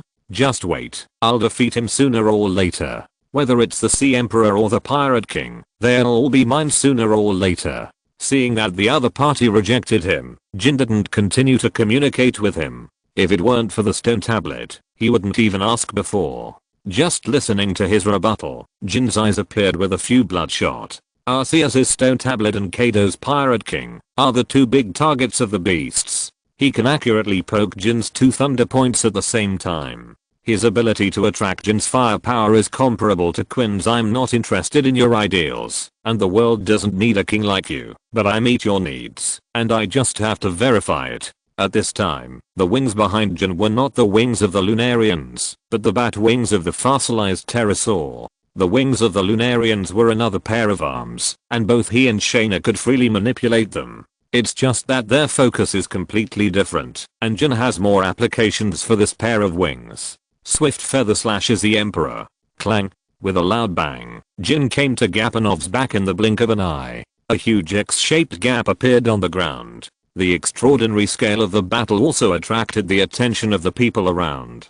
Compared with Jin's here, their battle was just a child's play, and Jin succeeded in stopping them. Am I seeing right? Isn't that the cadre of the beast? Ah, it's him, with a bounty of 976 million baileys, Flame Disaster Jin. Who is fighting him? I don't know. Is it some newcomer? Anyway, he's finished.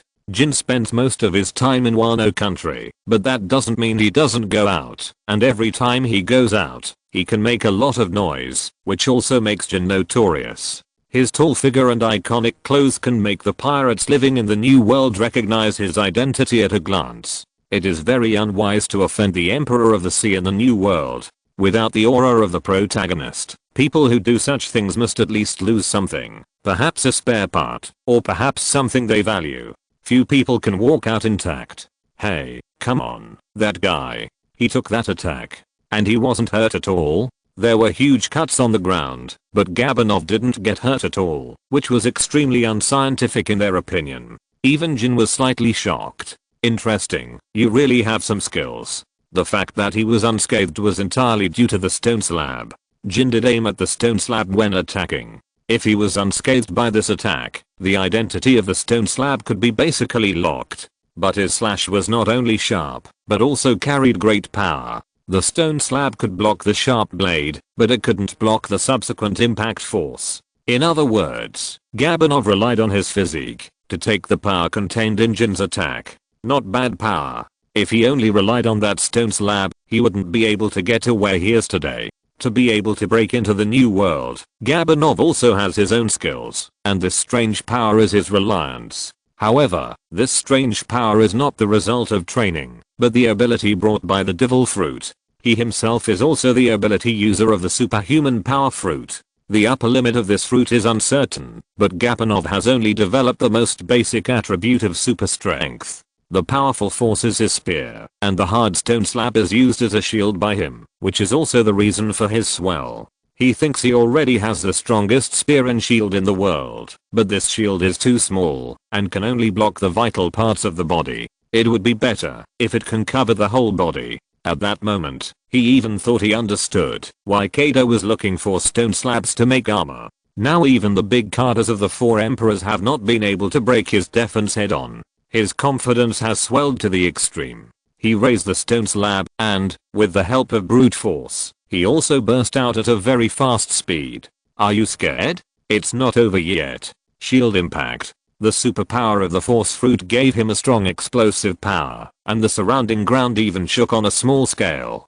However, when the smoke and dust cleared, the person standing was still Jin, and his blade had pierced the opponent's chest from the side. I have seen many self-righteous fools. You are just a person with a little bit of ability, but your journey ends here. There are some things you cannot touch. With the flexibility brought by the wings and the perception brought by the domineering aura, this guy who only relies on brute force can't touch Jin at all. He really doesn't have the ability to penetrate the defense of the stone slab, but for him, it is a very simple thing to bypass it. He has a very detailed understanding of the human body structure. This knife went directly through the gap between the ribs and pierced the opponent's lungs and heart in succession. With a turn of his wrist, the touch from the handle made Jin sure that he had crushed the opponent's heart. There was no blood on the special blade. Blood kept flowing out of Gabanov's body on the ground, and Jin was holding the stone slab steadily in his hand. The people around didn't think there was anything strange.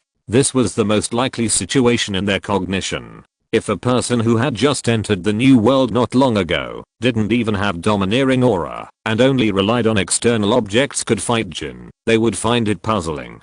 As Jin looked at the people around him, they also ignored their conflicts with others, and left here quickly, fearing that they would get into trouble.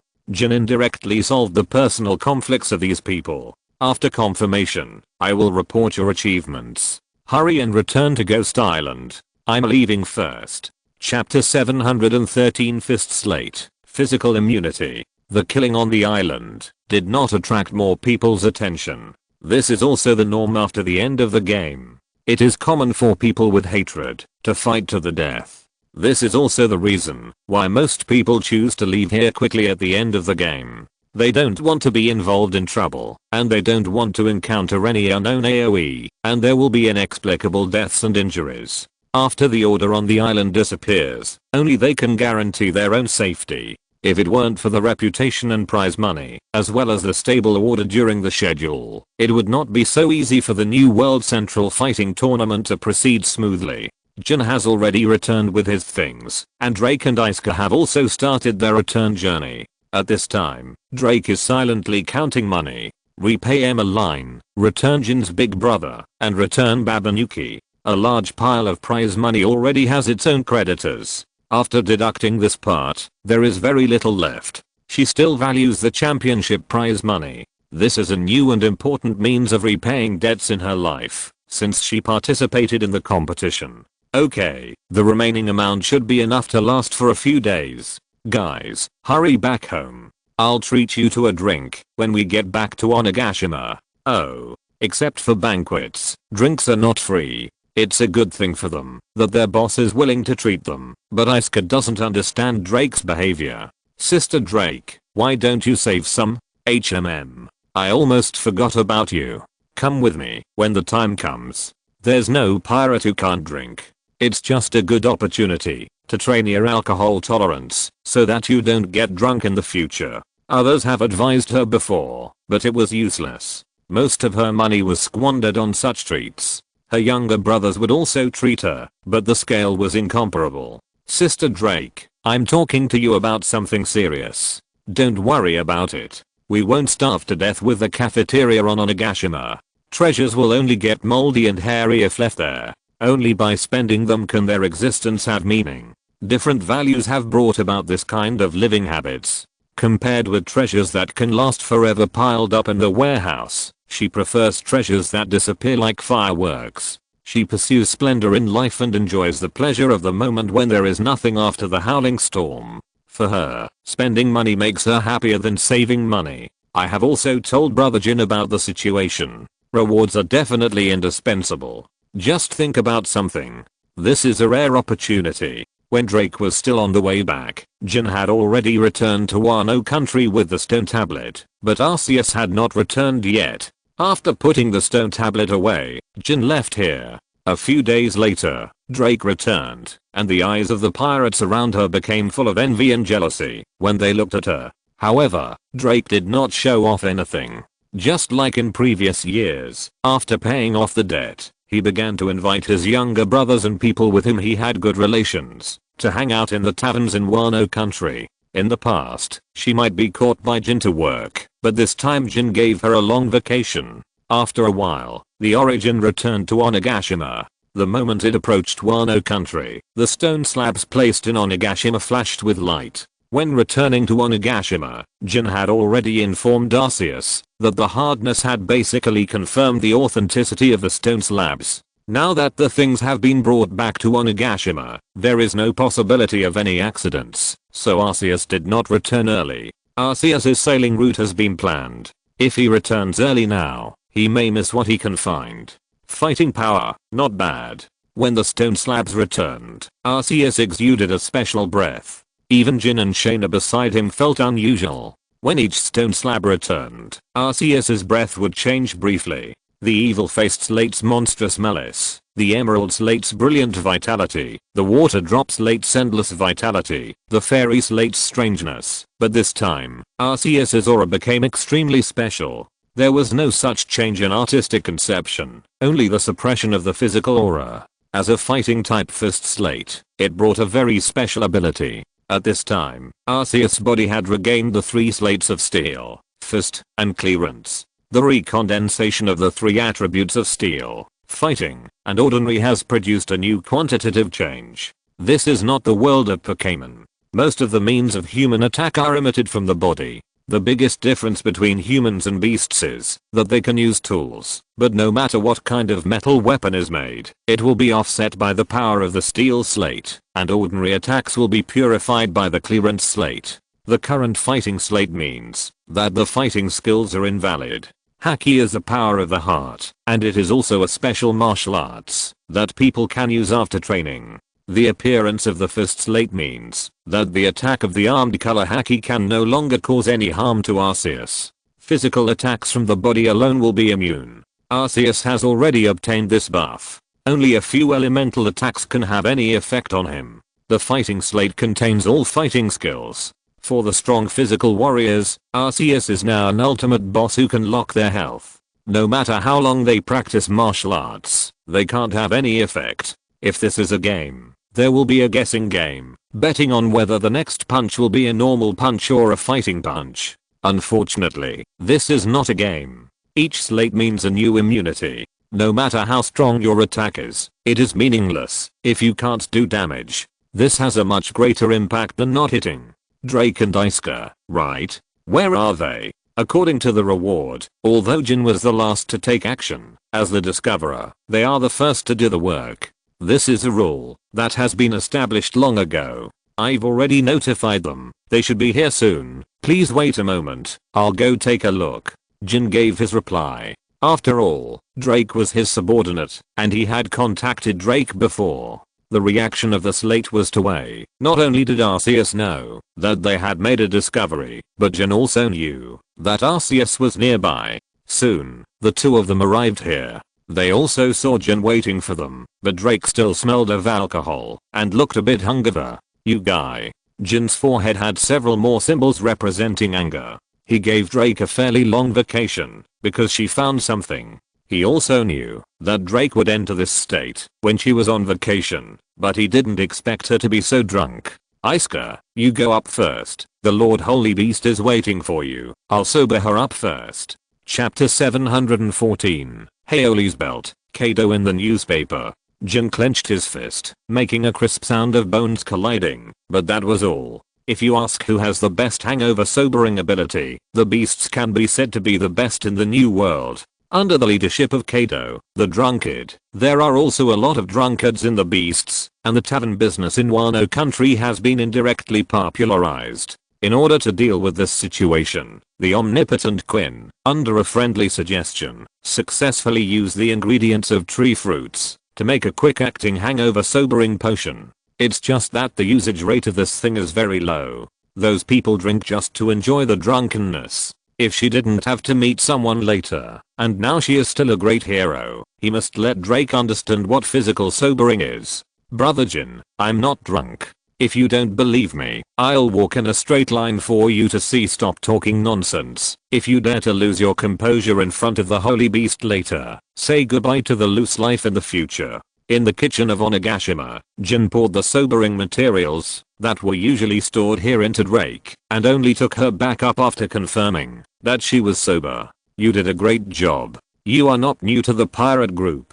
I won't waste my time talking to you. Just tell me what you want.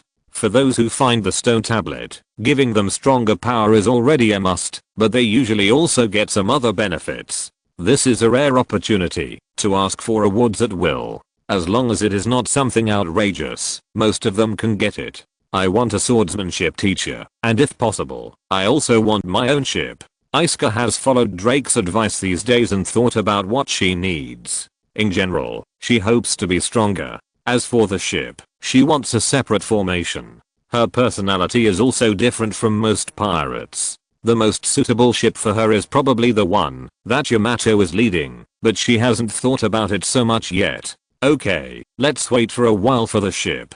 As for the swordsmanship teacher, you can go find Kajiro and tell him that this is what I want. There are not many serious swordsmen in the 100 Beasts. Jin uses a knife, but unlike those swordsmen, he only uses the sword as a tool. His open and close fighting style is not particularly suitable for Asuka. Sasuke's spiral sword, Fozetho's dagger, these people can be said to be more outrageous than the other. In terms of traditional teaching, people in Wano country are the most suitable. In addition to those daimyo in the past, there are still many famous swordsmen in Wano country. As for whether Kajiro will be taught by himself or arranged by other teachers, Arceus believes that he can handle it. Shaina, you take her over first and see how the problem of Kajiro's evolution is going. Yes, Lord Holy Beast. After a salute, Shaina and Asuka left here first, and only Jin and Drake were left here. What about you? Don't you want anything? Well, Lord Arceus, can I have the final right to dispose of Kakunasuke? That guy's a stubborn person. I think he might do something in the future. If it is still within the tolerable range, can you hand him over to me? If possible, I don't mind giving me some treasures. After thinking about it, Drake didn't really have any special demands, so he just made some requests in life. Jin, you take care of her. I'm going to research something new. Yes, sir. Arceus acquiesced to this matter, but he had no intention of intervening in it personally. He just handed it to Jin. Unlike the things that Asuka immediately cashed in, Drake got a card a few hours later. Brother Jin, what is this? Treasure? No, it's your spending card. You can spend it freely in Wano country and the Beast Enterprise with it, but it's limited to yourself. You can't treat, you can't give it to others, and you can't buy on behalf of others. Arceus gave Jin the right to handle it. After thinking about it, Jin felt that there was no point in giving this guy treasure. Anyway, no matter how much he gave, she would always spend it generously. So he simply thought of a new way to solve her living conditions of a low-income household. Her personality is like that. If she only spends on herself, her daily finances are completely enough, but her consumption concept has long emptied her wallet, so the card is limited to her own use. If there is no such restriction, she might do something. It can be said that a special supply channel has been opened for her. In the future, many products will have her special supply version, which is also a rare honor. At the same time, it can also prevent her from doing strange things such as reselling materials in certain situations. Why do you feel weird? Nothing is weird. Look at these carders. Who is like you? You only have money on the day of salary payment.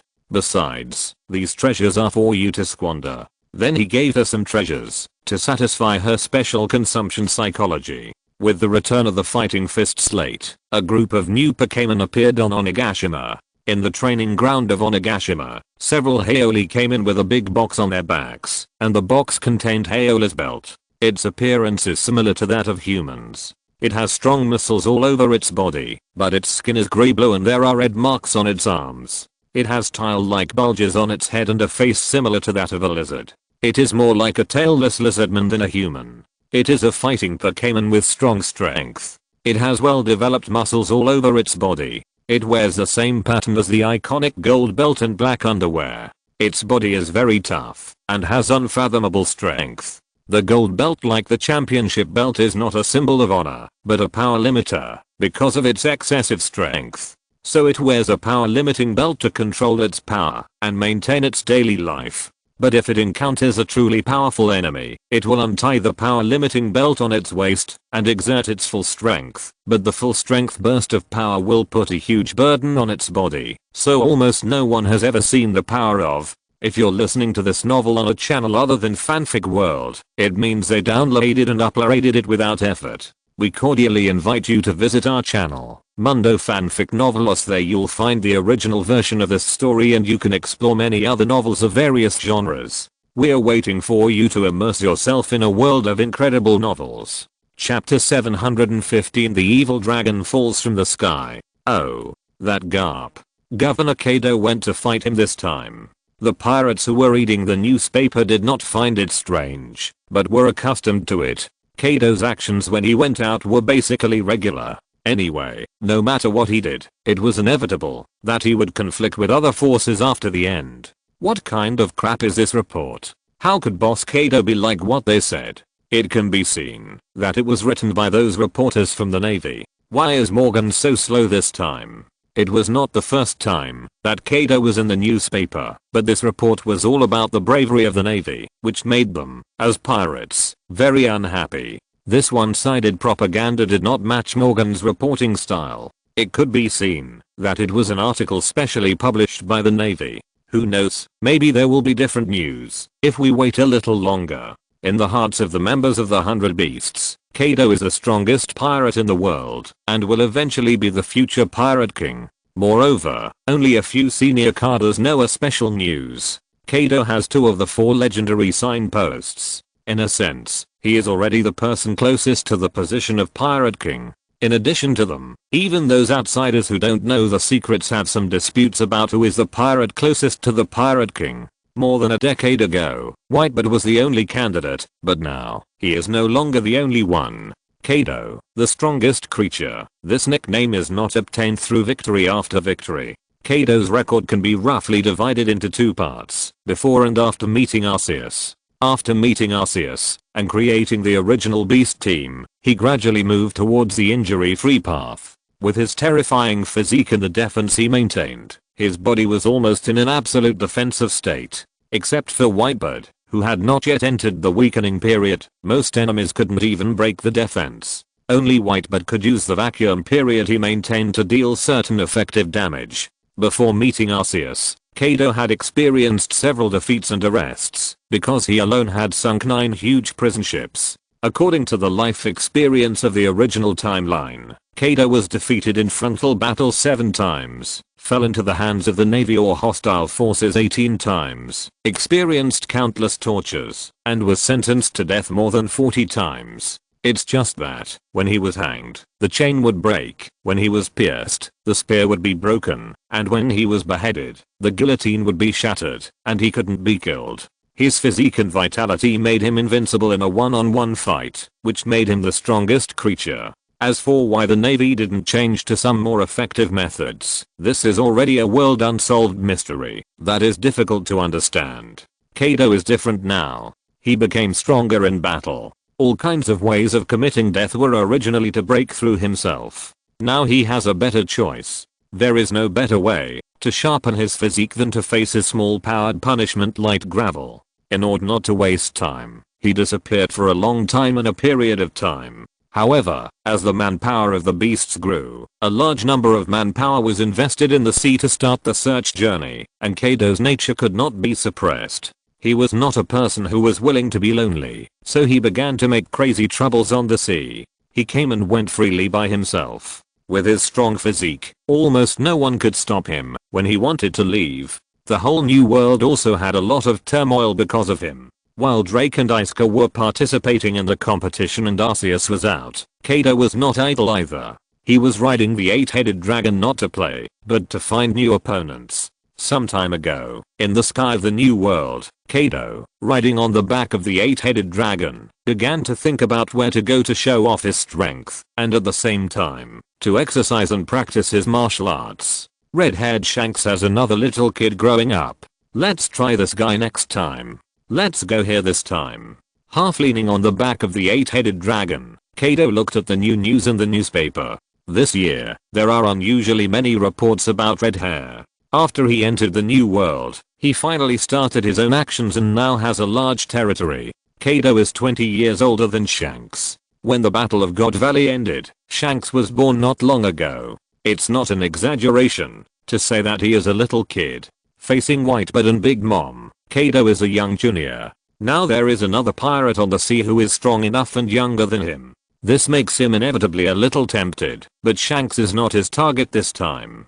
He came out this time because he wanted to fight, and he also wanted to verify the destructive power of the 8-headed dragon. What he wanted was not a showpiece, but a mount with real force. He had previously subdued the 8-headed dragon through hand-to-hand combat and had a certain degree of recognition of its strength, but that was not enough. If a powerful mount is unknown to anyone, it is like a valuable sports car that has never been known to the world after it leaves the factory. Other people's emotions are also a way for humans to satisfy their desires. Whether it is fear or envy, he wants to see the expressions of those people.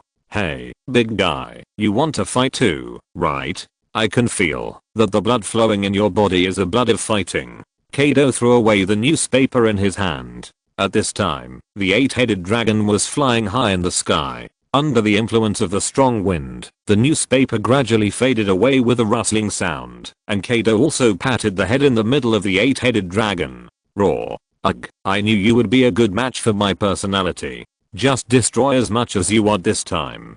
Both the 8-headed dragon and the 8-headed dragon have the number 8 in their names. He felt that there must be some mysterious connection between them. He felt something was different when he saw this giant beast. The 3-headed dragon, a Pokemon of the dark and dragon types, is inherently violent. The 8-headed Orochi is an extremely evil monster in the mythology of the Wano country. This is even more true for the new 8-headed dragon, which was born from the combination of the two.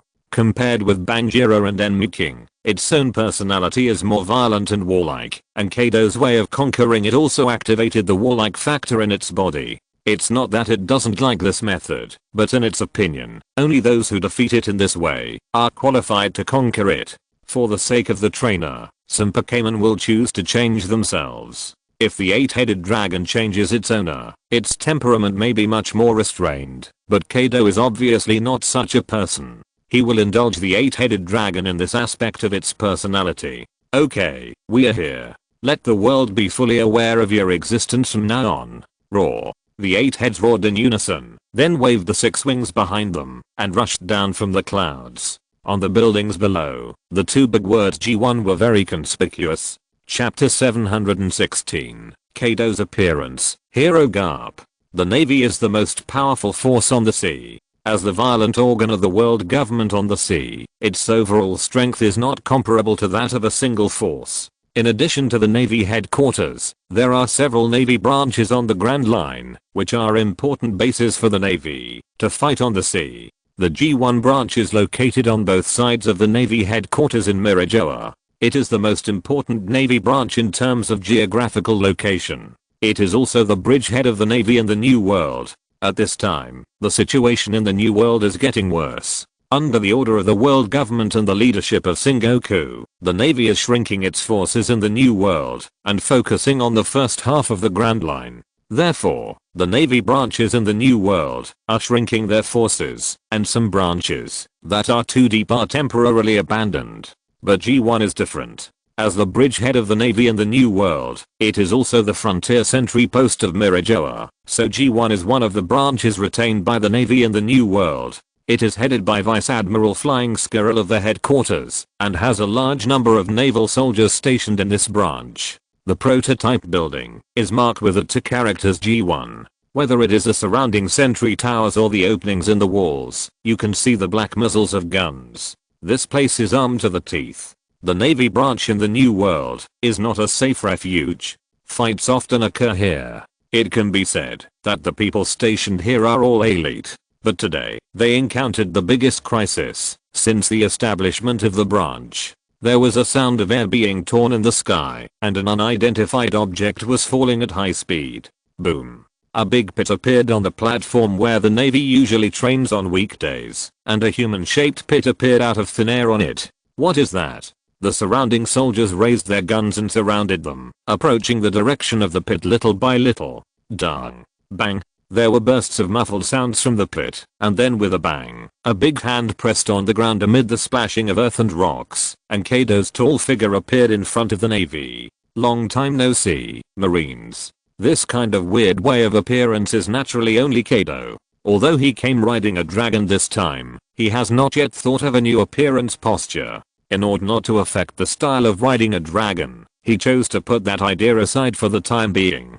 There are many opportunities. He can wait until he has thought of a place to do it again. Now, he chooses to change a more familiar way. Therefore, when the 8-headed evil dragon was halfway down, he jumped directly from it and fell down with the impact force. Looking at the Navy with guns around, Kaido smiled at them, but this smile made the Navy tremble with fear, and the hands holding the guns trembled slightly. They are the elite stationed in the New World, and they also have a better understanding of the world of pirates. Pirates of this level are not something they can fight against. Enemy attack. It's Kaido. Kaido of beasts. They are also human beings, and they will also be afraid.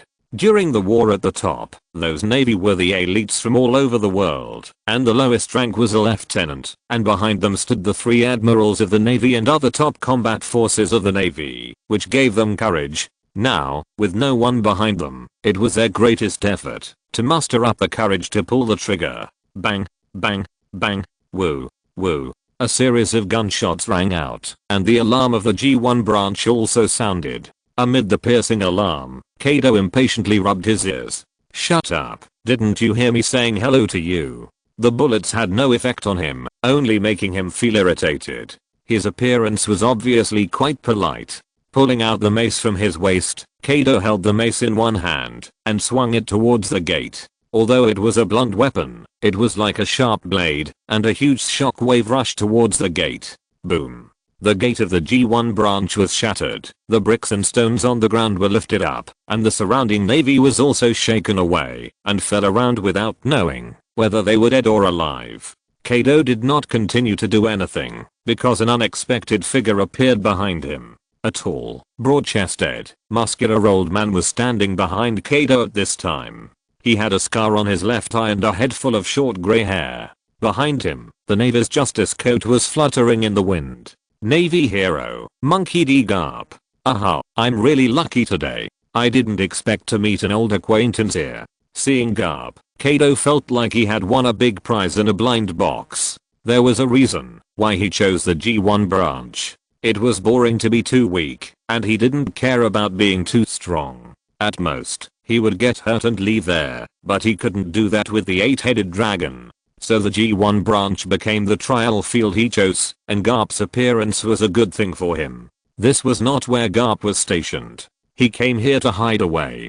Now he was nagged a lot in the Navy headquarters, and he didn't expect to encounter such a big trouble. Kaido, this is the Navy base. Garp's voice was very calm, but his clenched fists showed that he had entered a state of combat. You, an old man, don't need to remind me of this kind of thing. I'm here, but I'm not the protagonist today. Roar. In the sky, the roars of the 8-headed dragon followed one after another. Even he was confused by his master's previous operation, and his sprint speed was half a beat slower. At that moment, he suspected that there might be something wrong with his master's brain. Pokemon has its own sense of good and evil, but this sense of good and evil is usually smaller than the will of the master. In most cases, no matter what the master recognized by Pokemon does, the Pokemon belonging to them will follow to the end. So not only Junsha, Joey and other official personnel have their own Pokemon, whether it is an organization like Team Rocket or a Pokemon poaching gang, they also have their own trusted partners. With its own belligerent nature and the target selected by Kaido, the 8-headed dragon's attack was already ready. Looking at the dragon in the sky, Garp had a bad premonition in his heart, but before he could act, Kaido had already appeared in front of him. "Come and practice, old man. Let me see your fists. Are they still the same as they were back then?" Inside the base, Flying Squirrel's heart was hanging again. Just when he was about to seek support, he saw Garp in the observation room. The title of naval hero was almost the spiritual pillar of many navies, which made him feel a lot more at ease. But the roar in the sky brought the second bad news. No matter which naval base it was, no one paid attention to the air defense problem. Their artillery had a limited range of fire. Facing this monster rushing down from the top of their heads, ordinary navies lacked effective countermeasures. Chapter 717. The disaster raging in the sky. Prepare to fight back. Don't be afraid.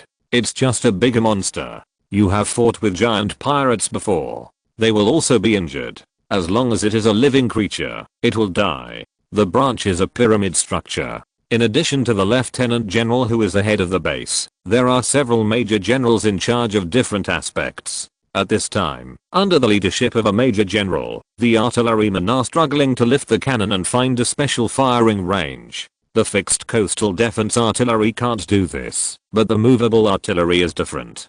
The gunpowder technology in this world is very crooked. As long as the physique is enough, ordinary artillery can also be used as anti-aircraft guns. Some rocket launchers were also moved out of the warehouse. The Navy's standard equipment includes rocket launchers, but the frequency of use is very low. The pirates don't have many armored units. Moreover, this is the G1 branch, and the powerful coastal defense artillery is much easier to use. Bang, bang, bang.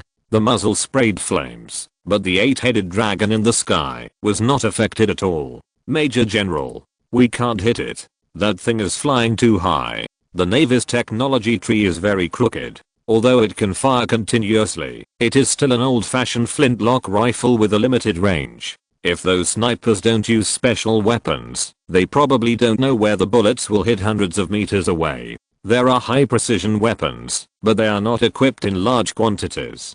Facing the 8-headed dragon in the sky, they can't even touch it." Whoosh, whoosh, boom. Rocket launchers and cannons were fired one after another. Their range is longer, but the 8-headed dragon showed a flexibility that was completely inconsistent with its size. The shells could only chase behind it, and its body was not even stained with any dust. Wait for it to come down. That thing can't be here to hang out. If it wants to destroy the bottom, it has to come down. The 8-headed dragon has circled in the sky for several times, but it didn't move at all. This gave the Navy an illusion that it had no means of long-range attack.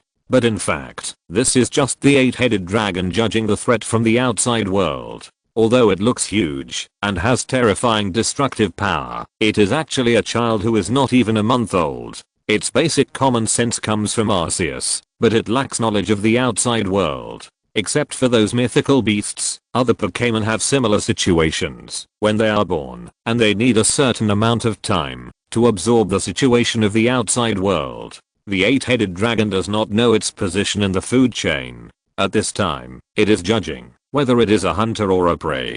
The attack of the Navy gave it a general understanding. Those insects seemed unable to cause effective harm to it. After confirming that it was in a safe position, the next step was to attack. Roar. A flash of red light flashed in the eyes of several heads, and the hot flames were released, after being compressed from the open bloody mouths, sweeping straight to the ground.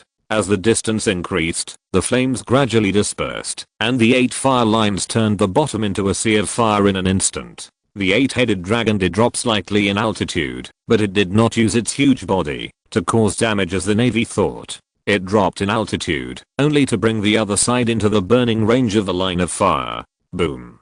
Boom. A series of explosions sounded, and the ammunition piled below was ignited by the high temperature. The square, which originally had a large number of Navy soldiers, turned into a purgatory in the blink of an eye. This thing. This is not a monster we are fighting against at all. Many Navy soldiers were resting in the base. After the alarm sounded, they went to support their comrades with weapons. He was just one step away from the gate when a wave of air suddenly rushed in from the door. The shock wave generated by the explosion of the shells rushed him directly back into the room. When he climbed up with his head covered, he saw an empty field. The soldiers who had been fighting outside before had disappeared, leaving only charred marks on the ground. The blood quickly evaporated under the high temperature, and a burning smell entered his nose. There was no recruit assigned to the G1 branch who had not seen blood, but even if he was a veteran, his face became very embarrassed when he thought of the previous scene and the source of the smell. At this time, he should have mustered up the courage to continue fighting, but his steps seemed to be dragged by something. Looking at the door in front of him, he just didn't have the courage to step out. They are also human beings, and they will feel afraid. Facing an opponent whose numbers are simply useless, fear is an instinctive reaction. It was not until the sound of artillery sounded again that their superiors reacted and urged the soldiers to pick up weapons and replenish the battlefield. The sound of artillery meant that some people were still alive, and the battle was not a dead end. Outside, under some bunkers, the surviving Navy soldiers were still fighting back with difficulty, and as the height of the 8-headed evil dragon decreased, the coastal defense guns on the surrounding high platforms also had the opportunity to shoot. Those coastal defense guns and the main guns on the warships are of the same style, all of which are heavy artillery with a caliber of more than 300 millimeters. Both the range and power are greater than the previous weapons, and they can also pose a certain threat to the 8-headed dragon. Help me, it hurts. Someone come and save me. In the intervals between the gunfire, the cries for help from the wounded also reached the ears of the reinforcement. If this was not the New World, the Navy here is generally stronger and has a bit of domineering. It would be almost impossible to find survivors in this environment. Some people began to rescue the wounded, while others were looking for weapons to attack the 8-headed dragon. At this time, the 8-headed dragon did not care about the group of small insects below. Under the dense artillery fire, it was inevitable that it would be hit by a shell. Those heavy coastal defense guns hitting it were still enough to cause damage, which also made it determine what exactly could threaten it. Ants bite elephants to death. Even a body as big as Oz could not withstand the continuous bombardment of artillery. At this time, the wound on the back of the 8-headed dragon was recovering quickly. It did not have the strong armor like Bankara, but it had a very fast self-healing speed. This was the ability of the Yamato no Orochi fruit. In it, the ability brought by the Yamato no Orochi was not as simple as a few more lives. The 8-headed dragon waved its wings to raise its altitude and left the firing range of the coastal defense artillery again. The high temperature flame burned the barrel of the coastal defense artillery. It's useless. These heavy artillery can't be affected by just flames. If you have the ability, come down. The operators of these artillery platforms were in the operating room further down, and the high temperature did not affect them. Being able to injure them was a good thing. They thought that at least they had a way to counter this strange dragon, but in the next moment, a mouthful of terrifying purple solution was spewed out by it, and the barrel, that could still stand under the flames, was corroded into a big hole in the blink of an eye. Chapter 718. It's not the waste of the Curitan family. Beep. Beep. Beep. In the control room, the alarm sounded, which meant that they had lost control of the turret. When building the G1 branch, the world government and the Navy invested a lot of manpower and material resources. As the gateway to guard Mary GIs, the firepower level of the G1 branch is comparable to that of the Navy headquarters, which is why Kaido can directly transform it into the new Navy headquarters. When the turret was built, both high temperature and severe cold, as well as the possible corrosion caused by rain, were taken into consideration. Even the high temperature just now did not affect the internal wiring. But the designer did not expect what this turret encountered today. The 8-headed evil dragon can use attacks of many attributes, and each head can launch attacks of different attributes, but each head has its own strongest attribute. At this time, the turret encountered something unexpected. Under Arceus's transformation, most of the undeveloped powers of the Yamato no Orochi have been revived. This is the corrosive poison generated by its own toxins combined with the poisonous stone slab. The strong corrosiveness makes this poison have an excellent restraint on metal. The poison of Pokemon is resisted by steel-type Pokemon in the game, because their toxins are difficult to enter the body of steel-type Pokemon. In reality, if the toxin reaches a certain concentration and stays in the body for too long, steel type Pokemon may also be poisoned. Among them, there is a characteristic called corrosion, which will cause the poison of Pokemon to become more violent. They can easily corrode the steel body of steel type Pokemon and make them enter a poisoned state. The venom sprayed by the 8-headed dragon has similar characteristics. The threatening heavy turrets were pulled out one by it. It is warlike, but warlike is different from liking to be beaten. The corroded barrel can no longer bear its own weight. It fell down under the action of gravity and hit the navy below heavily. Like mud, it covered the flames in their hearts again, and made them feel extremely heavy in their hearts. Attack. Drive it away. Don't let it destroy the artillery recklessly. Many navy officers appeared on the roof in the corridor outside the artillery. At present, it seems that the coastal defense heavy artillery is one of the few weapons that can cause damage. If it destroys all of them, they will have no countermeasures. Light weapons are useless, and heavy weapons are very heavy. Those navy officers spent a lot of effort to carry the weapons up. Major, you will be responsible for the command here and cover these artillery positions. This will at least limit its ravages below. Major General, you want to. Someone has to stop this thing. Weapons are not the only thing. Individual force can also determine the outcome of the battle. Humans cannot fly, so they rely on external forces, while the humans here rely on martial arts. 6 styles is a compulsory subject for CP9 and CP0, and most naval generals also use some 6 styles techniques. It's just that on the battlefield, in addition to fighting, command is also an important responsibility of the generals. So after completing the deployment, the Major General rushed to the battlefield. Cover the Major General. As Navy officers, they were afraid, but they were also fulfilling their mission. Guns and rocket launchers attracted the attention of the 8-headed dragon. Every flame that spewed out could bring huge casualties. Without looking back, the Major General knew that his subordinates were suffering huge casualties. With the ability of the Moonstep, he quickly came to the vicinity of the 8-headed dragon. Go to hell, monster. The blade was covered with domineering aura. He almost used all his strength to chop at the largest head in the middle of the 8-headed dragon, but before he could achieve results, the 2 heads next to it suddenly turned around. The largest head in the middle of the 8-headed dragon is its main brain, which is also a head with self-awareness. There are 2 heads on each side and 3 heads behind it. Although the other 7 heads are like arms and have no real consciousness, they can share vision with the main brain. It is almost impossible to avoid its perception. The slender neck is very flexible. One of the 2 dragon heads that turned around released lightning, and the other's sharp teeth flashed coldly and bit him. He was unable to evade the lightning attack for a moment, and his body was already paralyzed. Just when he was about to be bitten, a piece of gravel suddenly flew over. The beast's instinct made it feel dangerous, and it instinctively gave up the attack. Boom. In front of the G1 branch, Kaido smashed the ground with a stick. Looking at Garp in front of him, the murderous intent in his eyes was even stronger. Arsehole. How dare you distract yourself and interfere in the battle over there. Ha ha ha. A future junior can't die in the hands of a beast. There will be a more suitable stage for him in the future. At the beginning, Garp wanted to deal with the 8-headed dragon first, but Kaido didn't give him a chance at all. Just now, he deliberately took advantage of the force and was knocked away, and then he found an opportunity. You won't have another chance. I'm really angry now. It just so happens that I'm also angry.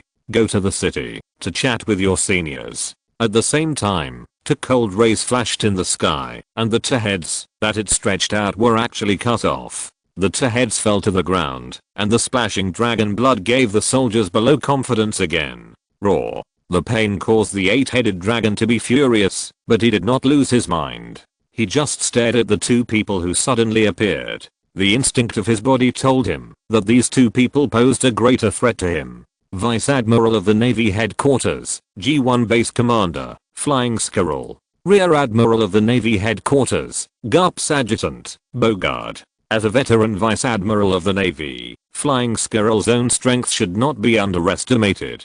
Compared with the top admirals of the Navy, these Vice Admirals are the cornerstone of the Navy. Although Bogard is a Rear Admiral, his strength is more than that. He is Garp's adjutant, and has been with Garp for more than 20 years. His strength is comparable to that of the senior vice admirals of the headquarters.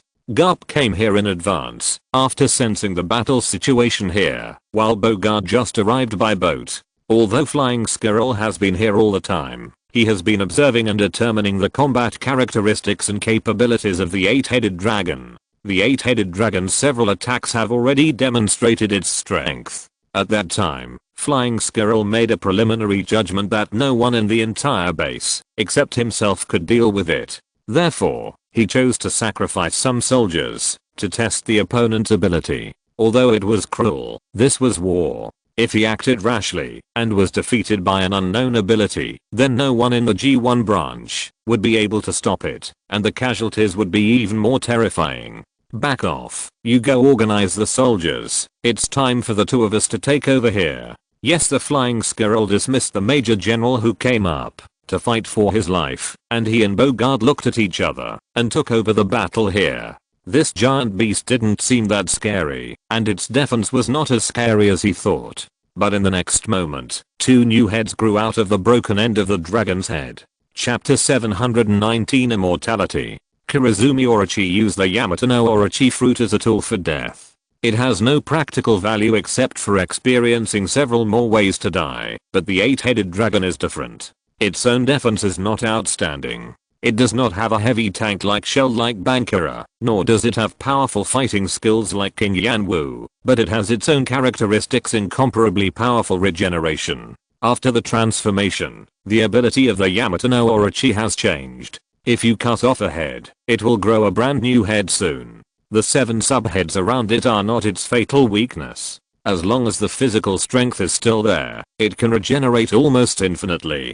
To kill it, you have to cut off its middle head 8 times in a row. Outsiders don't know this weakness. For outsiders, the ability of the 8-headed dragon is very close to immortality. Exhausting its physical strength and killing it 8 times in a row is the only way to kill it. It is not an easy thing to discover this secret. Not to mention how difficult it is to kill 8 times in a row. Wanting to exhaust its physical strength is something that only a very small number of people called monsters can do. How many abilities does this guy have? Lightning, flame, regeneration, and poison. Currently, the 8-headed dragon has shown 4 abilities. It is also a giant beast with the ability to fly. Thinking of the previous intelligence of the beast, the Flying Squirrel just felt a headache. Under normal circumstances, when a piece of equipment begins to be equipped on a large scale and appears in front of the enemy without any cover, it means that the enemy's laboratory already has a stronger experimental subject. This is already the 3rd giant beast that has appeared in the intelligence of the beast, and it is more deadly than the previous 2. King Yanwu and Bankura at least can't fly, so it is easy to monitor their whereabouts. The flying 8-headed dragon is undoubtedly the most threatening biological weapon at present. I don't know, but Lieutenant General Flying Squirrel, now we can only bite the bullet. Bogard threw his hat down. Although he had just cut off the opponent's head, the attack was also the result of a sneak attack after accumulating power. The next step must be a hard fight. It's unclear what type of creature this is, but its thinking seems to be highly unified and intelligent. Be careful. The Flying Squirrel didn't have the temper of a superior when communicating with Bogard. He knew very well that, if Bogard wanted to, he could have been promoted to Vice Admiral long ago. It's just that he has always been with Garp. Garp himself is a Vice Admiral, and if his deputy is also a Vice Admiral, it is not in accordance with the rules in the system. Because of Garp's refusal to take over as Admiral, the ranks of his confidants were generally lowered by 1 level, but no one doubted their strength and status. Although the two did not cooperate too much, they also showed the tacit understanding of the Navy, and attacked the 8-headed dragon from both sides with the ability of the moon step. Although the single-headed dragon and the 2-headed Tyrannosaurus have no eyesight, the 3-headed dragon is different. In the world of Pokemon, the 3-headed dragon is no longer adapted to fighting in the dark, because it has regained its eyesight, and will take the initiative to give in when facing the sound wave dragon at night. The dynamic vision of the 8-headed dragon keenly locked onto the figures of the Flying Squirrel and Bogard. After a few brief collisions, it gave up attacking and flapped its wings to fly into the sky. Moonstep can keep humans in the air, but there is an essential difference between it and flying. The short distance burst speed of Moonstep is even faster than flying, but in terms of height and endurance, Moonstep cannot be compared with flying. Even if they can't die, their attacks are still very painful for a child who is not yet a full month old. It is not like Kaido, who likes to use his body to withstand those attacks. This monster is too smart. Moonstep has its limits. They can't run into space with an oxygen cylinder and step on their left foot with their right foot. At this time, the position of the 8-headed dragon has exceeded the combat limit of Moonstep. In previous battles, their opponents were all humans, so there was no need to worry about this problem. This completely inhuman opponent made them embarrassed. Although the 8-headed dragon temporarily disappeared from their sight, the nerves of the flying squirrel and Bogard were already tense, and their observation haki had been fully deployed. They didn't believe that the guy had escaped, and the monster that disappeared from their sight made them even more nervous. Here it comes. In the clouds, the 8-headed dragon showed its figure again. At this time, the head in the middle was surrounded by an octagonal energy ring. This was an upgraded version of the triple attack, the 8-fold attack. Attacks of different attributes were mixed together, and a bright halo exploded in the sky during the fusion. Unfortunately, this was a halo that symbolized destruction. The coat of justice behind the flying squirrel had fallen off. Just now, Bogard joined forces with him, and barely blocked the attack from the opponent. He also took the opportunity to stab the 8-headed dragon with a sword, but it was just a wound of that degree, and the 8-headed dragon would be able to completely heal itself in a short time. What's more troublesome is that the 8-headed dragon did not fight, but flew back to the sky again, relying on its flying ability to fight guerrilla warfare with the two of them. Flying Squirrel and Bogard had no way to dodge. If they dodge, the ordinary navy below will suffer. Although Flying Squirrel exchanged the death of some navy for some of the 8-headed dragon's abilities, he had to bear this responsibility after he took action. He could give up some soldiers for intelligence, but he couldn't give up his position at this moment. I sent a letter for help to the headquarters before, and it should arrive soon. Then let's fight again. Bogard took off his torn shirt, revealing his slightly exquisite muscles, and also made a desperate attempt. Roar. Come on. Garp. Get serious. The child's playhouse should stop here. The 8-headed dragon didn't know what stage its strength was at, but Kaido knew that ordinary vice admirals were no match for it. If you want to hold it back, at least 2 vice admirals are needed. And if there is no targeted ability, it will not be able to stay at all. After all, he has fought the 8-headed dragon once personally, so he is very confident about the battle over there. As long as Garp does not interfere over there, the 8-headed dragon will be in an undefeated position. Fishermen will stroll around with their trophies, but they cannot let the trophies be lost. This is a basic principle. Kaido originally just wanted to show off and act as a spectator, but Garp's appearance changed his mind. He thought he could fight to his heart's content again, but he didn't expect Garp to be so disrespectful and always concerned about the situation on the other side of the battlefield. At first, he thought Garp was testing him, but now it seems that Garp's mind is not on him at all. His previous statement of sending him to Impel Down was simply to distract his attention, so that he could take the opportunity to support the other side. Kaido, what good does it do you to attack here for no reason? Chapter 720, The Incomprehensible Madman. Garp really had no mood to fight Kaido. Although he refused to be promoted to admiral, his position in the navy was much higher than that of ordinary admirals. In terms of strength and reputation, he was no worse than an admiral, not to mention that he had the aura of a hero. Therefore, he was very clear about some of the policies of the world government. Sengoku would complain to him at any time. The only people who could make Sengoku speak his mind with confidence were Garp, Crane, and the goat. Originally, Zephyr was also among them, but after he experienced the near destruction of the training ship and his own broken arm, he became a little strange. Sengoku couldn't tell him anything about some secret information.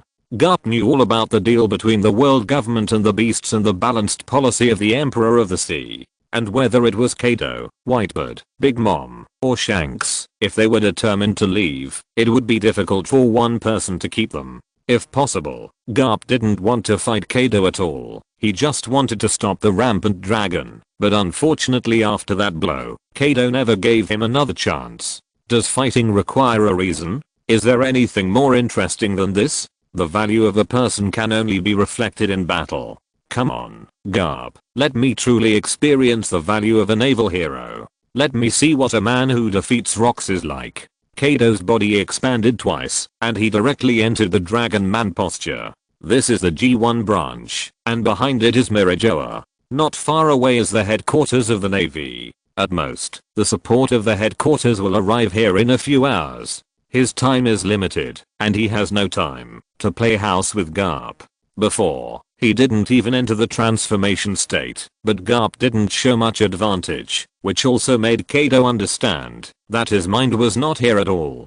Garp's whereabouts are uncertain, and it's not easy to meet him. He wants to enjoy the fun. The air was cut, and with a burst of breaking air, Kaido's fist had arrived in front of Garp. The fist wrapped in dragon scales is completely disproportionate to Garp's body, but Garp's seemingly small fist contains an extremely terrifying force. Boom. The two fists did not touch, but collided in the air. Although it was only a physical collision, the sound it made was more than the product of technology. The two fists faced each other, and a huge airwave swept around. The fire ignited by the eight-headed dragon was directly extinguished under the strong wind pressure. The broken buildings collapsed directly, and some people with insufficient strength were even blown away by the fist wind. Under the wind, Garp's coat also flew out, but he still stood outside the G1 branch like an iron-armored pass. It's Vice Admiral Garp.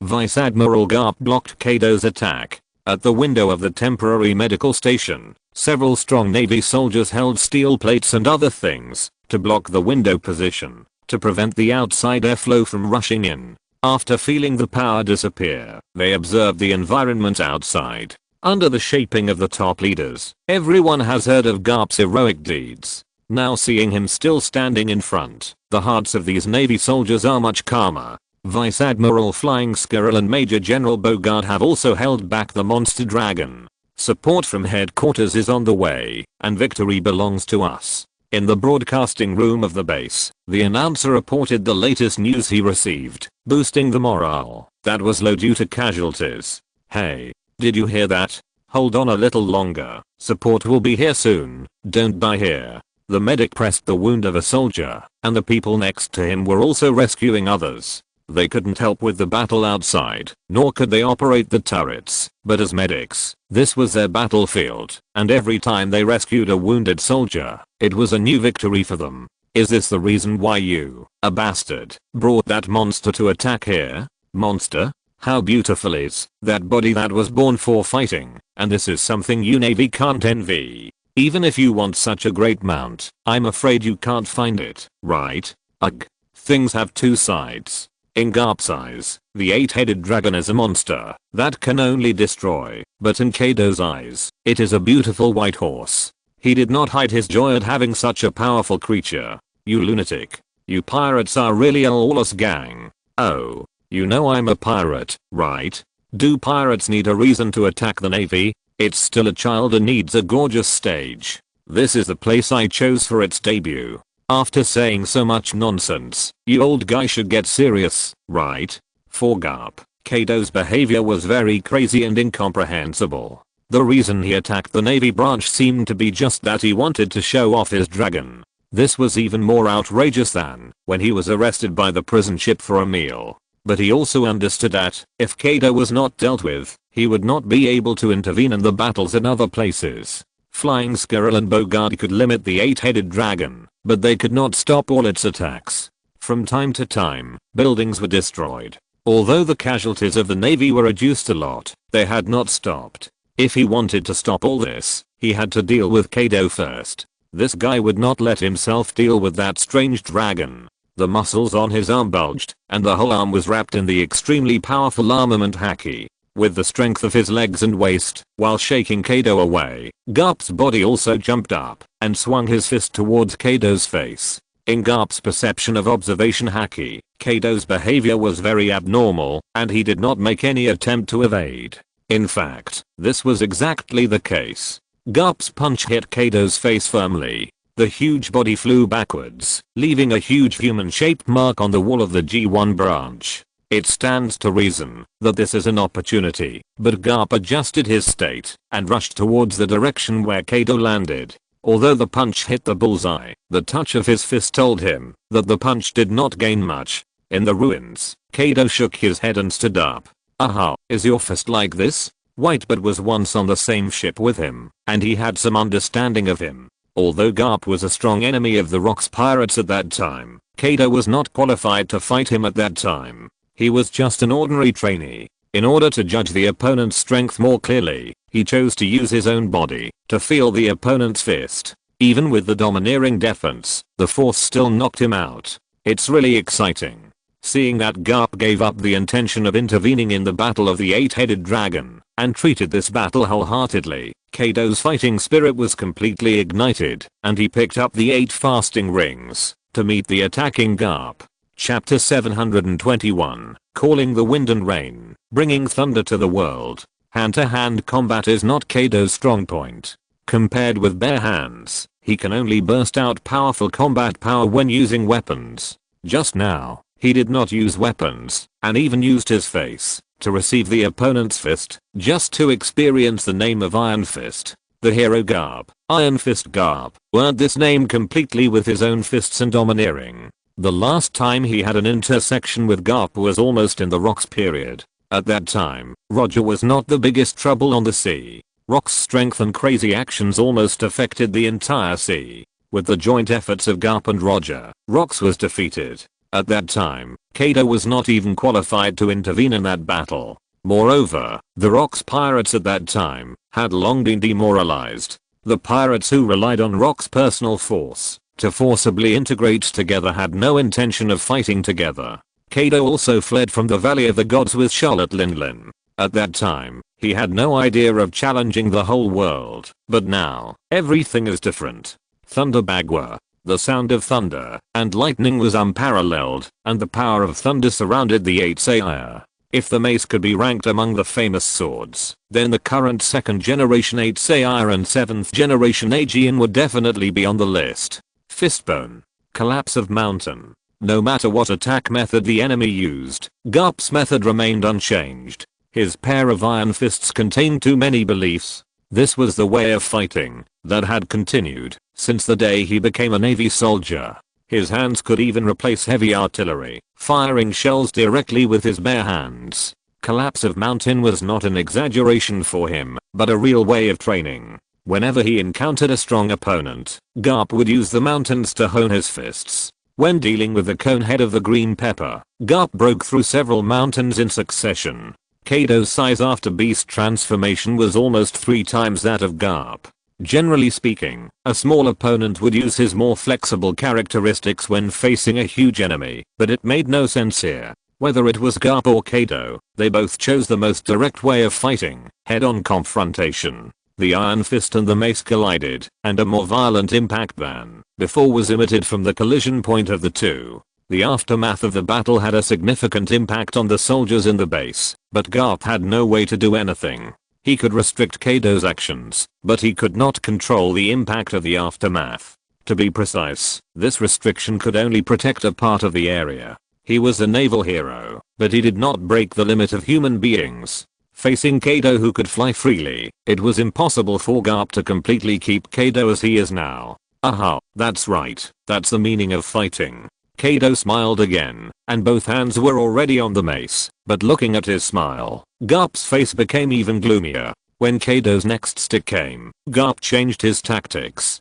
He did not continue to use his fists to fight hard, but used his domineering aura to put on armor on his body, and then grabbed Kaido's mace. With the force of Kaido's swing, Garp flew into the air, and then stepped on the air several times with the posture of the moon step, rushing towards Kaido like a sharp arrow. Fistbone Meteorite. Heat Breath. He is an animal type, but he is also a mythical beast. In addition to his animal type body, Kaido also has the powerful power to use element. The burning energy gathered from his mouth and spit out towards Garp who was rushing towards him. He never said that he would not use these means in this battle. Looking at the incoming flames, Garp did not change his direction. He directly greeted the heat breath with his fists. His arms were waving in an interlaced manner, and the heat breath released by Kaido was forcibly split in the middle by him. A pair of fists broke Kaido's heat breath.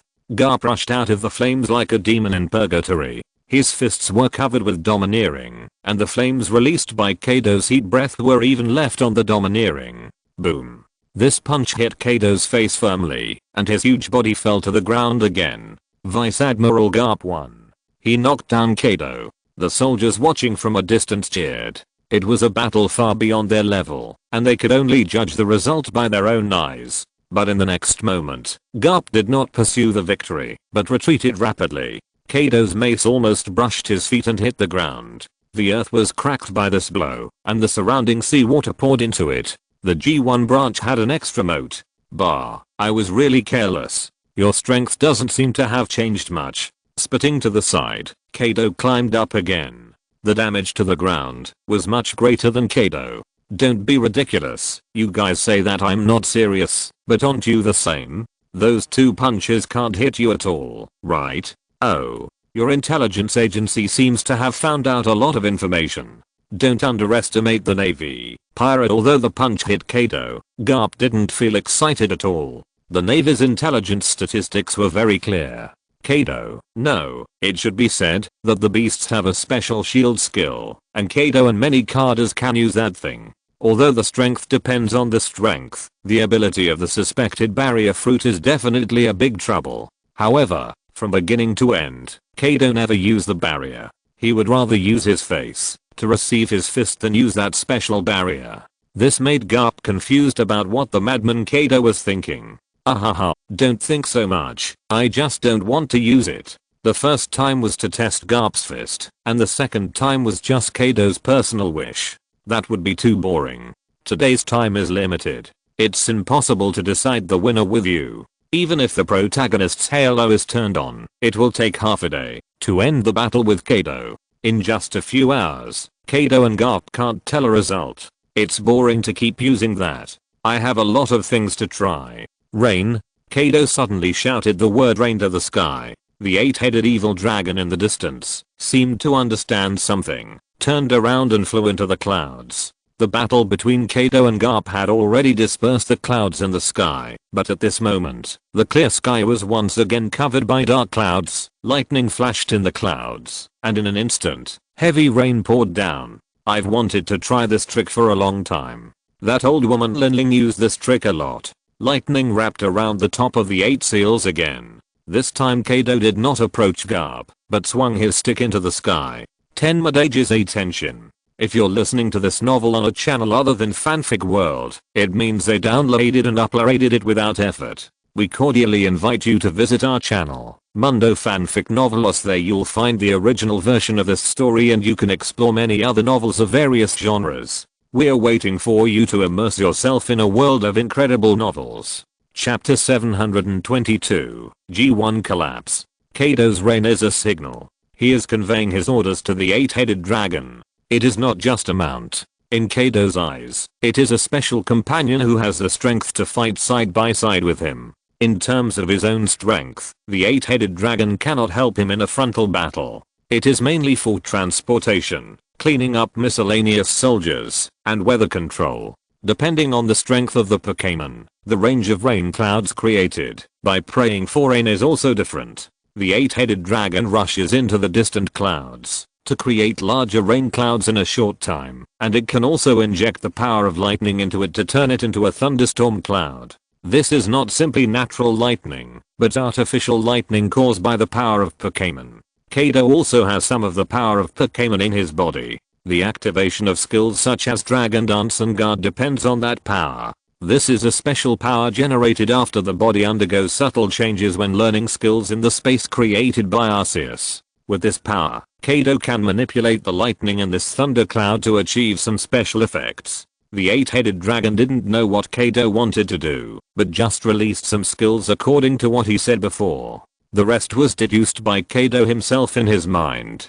10 Mandages A Tensei was originally Charlotte Linlin's skill. She can control the thundercloud Zeus and bombard the surroundings indiscriminately with lightning. The released lightning even has consciousness and can change direction to track the target you want to avoid. The speed of lightning is extremely fast, and it is a terrifying AoE that is almost impossible to avoid. As the big sister on the ship, Charlotte Linlin had a profound influence on Kaido.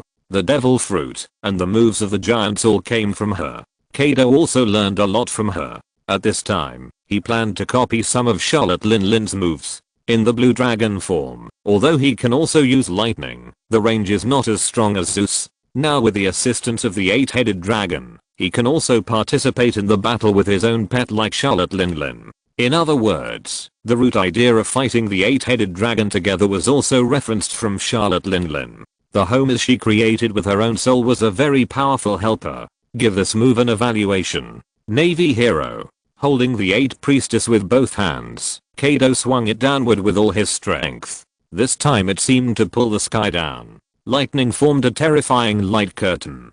Countless lightning gathered together and attacked downward with a mighty force. Arsehole. The rain curtain hit Garp.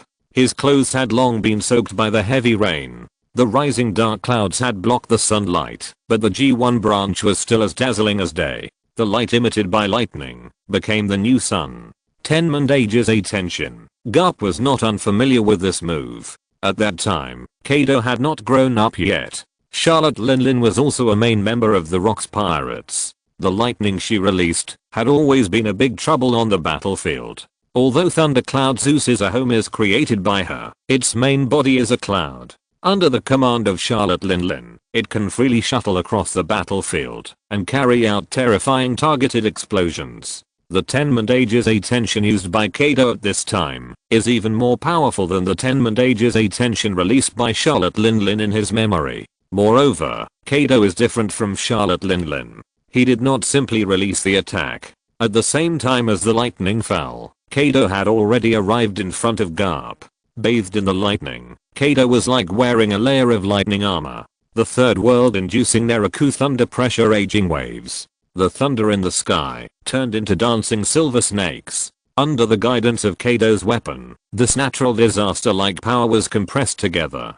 Garp's movements remained unchanged, but his clothes burst apart in an instant. Although he was old, every muscle was sharp and angular. At this time, under the baptism of domineering, Garp had become a black villain. No matter what means the enemy uses, his moves will not change. If one punch is not enough, then 2 punches will do. As long as his fists are strong enough, he can always break the enemy's defense. The fists and sticks collided, and the power of thunder and lightning and domineering was detonated. The compressed thunder and lightning exploded completely at this moment. After the roar, the battlefield seemed to fall into a new round of silence. In the G1 branch, a naval soldier squatted in the corner, covering his ears with both hands. This solid wall was enough to withstand the bombardment of artillery shells, but it did not give him any sense of security. For a long time, he didn't know what was going on outside. It was his colleague next to him who patted his shoulder, but he couldn't hear any sound. He could only see the mouth of his colleague in front of him opening and closing. "You talk. I can't hear." But he still couldn't hear any sound. Under the guidance of his companions, he found that his hands were stained with blood, and the source of the blood was his ears. This situation is not an isolated case. Even though this place is far away from the battlefield, the collision just now has damaged the hearing and vision of many naval soldiers. Neither Kaido nor Whitebird wanted to start a war in their own territory because they knew what the aftermath would lead to. After making sure that the outside had stopped temporarily, several soldiers continued to observe the situation. The solid walls of the G1 branch had collapsed at this time, and even a piece of the island's land had disappeared inexplicably. At this time, Kaido and Garp were surrounded by a bottomless pit, and bricks and stones fell from the edge from time to time, and people outside could not hear the sound of the bottom collision at all. What a powerful domineering, forcibly taking all the attacks. Kaido's attack was not only aimed at Garp, but the scattered lightning was enough to affect the nearby navy. But Garp forcibly suppressed Kaido's lightning before the lightning exploded, and resisted the attack with his own body and the land under his feet. This attack focuses more on the range, and the single target attack power is actually not that strong. But Garp forcibly took the full power attack, and protected most of the navy soldiers. "You lunatic, the lightning has an effect on you too, right?"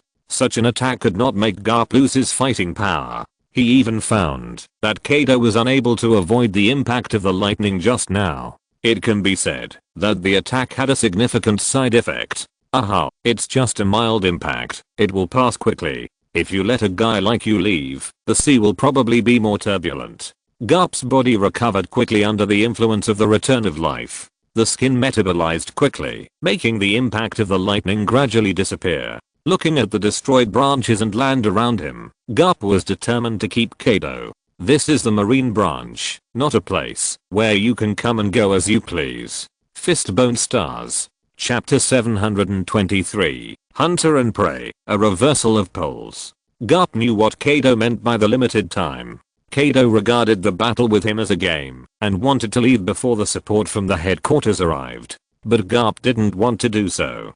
Kaido's behavior was a little crazy, and it was impossible to guess what he was doing. As Kaido said, time was limited, and they couldn't tell the winner in a short time. But Garp didn't want Kaido to leave. Such a terrible battle could not be ignored by the headquarters. Only after the support from the headquarters arrived, it would be possible to quickly solve Kaido. Now as long as Kaido couldn't leave, there would be enough power to keep him. No matter what the policy of the world government is, Garp has made up his mind to send Kaido to the Impel Downs. If you can keep me, then try it. Looking at the first shadow, Kaido picked up the stick and fought again. On the muddy land, two monster-like people went back and forth and fell into a crazy battle. The Navy soldiers in the base also began to pray that Garp could win. Facing the two people in the melee, the guns in their hands had completely lost their meaning. The only thing they could do now was to support each other spiritually. In the sky, the battle of the eight-headed dragon continued.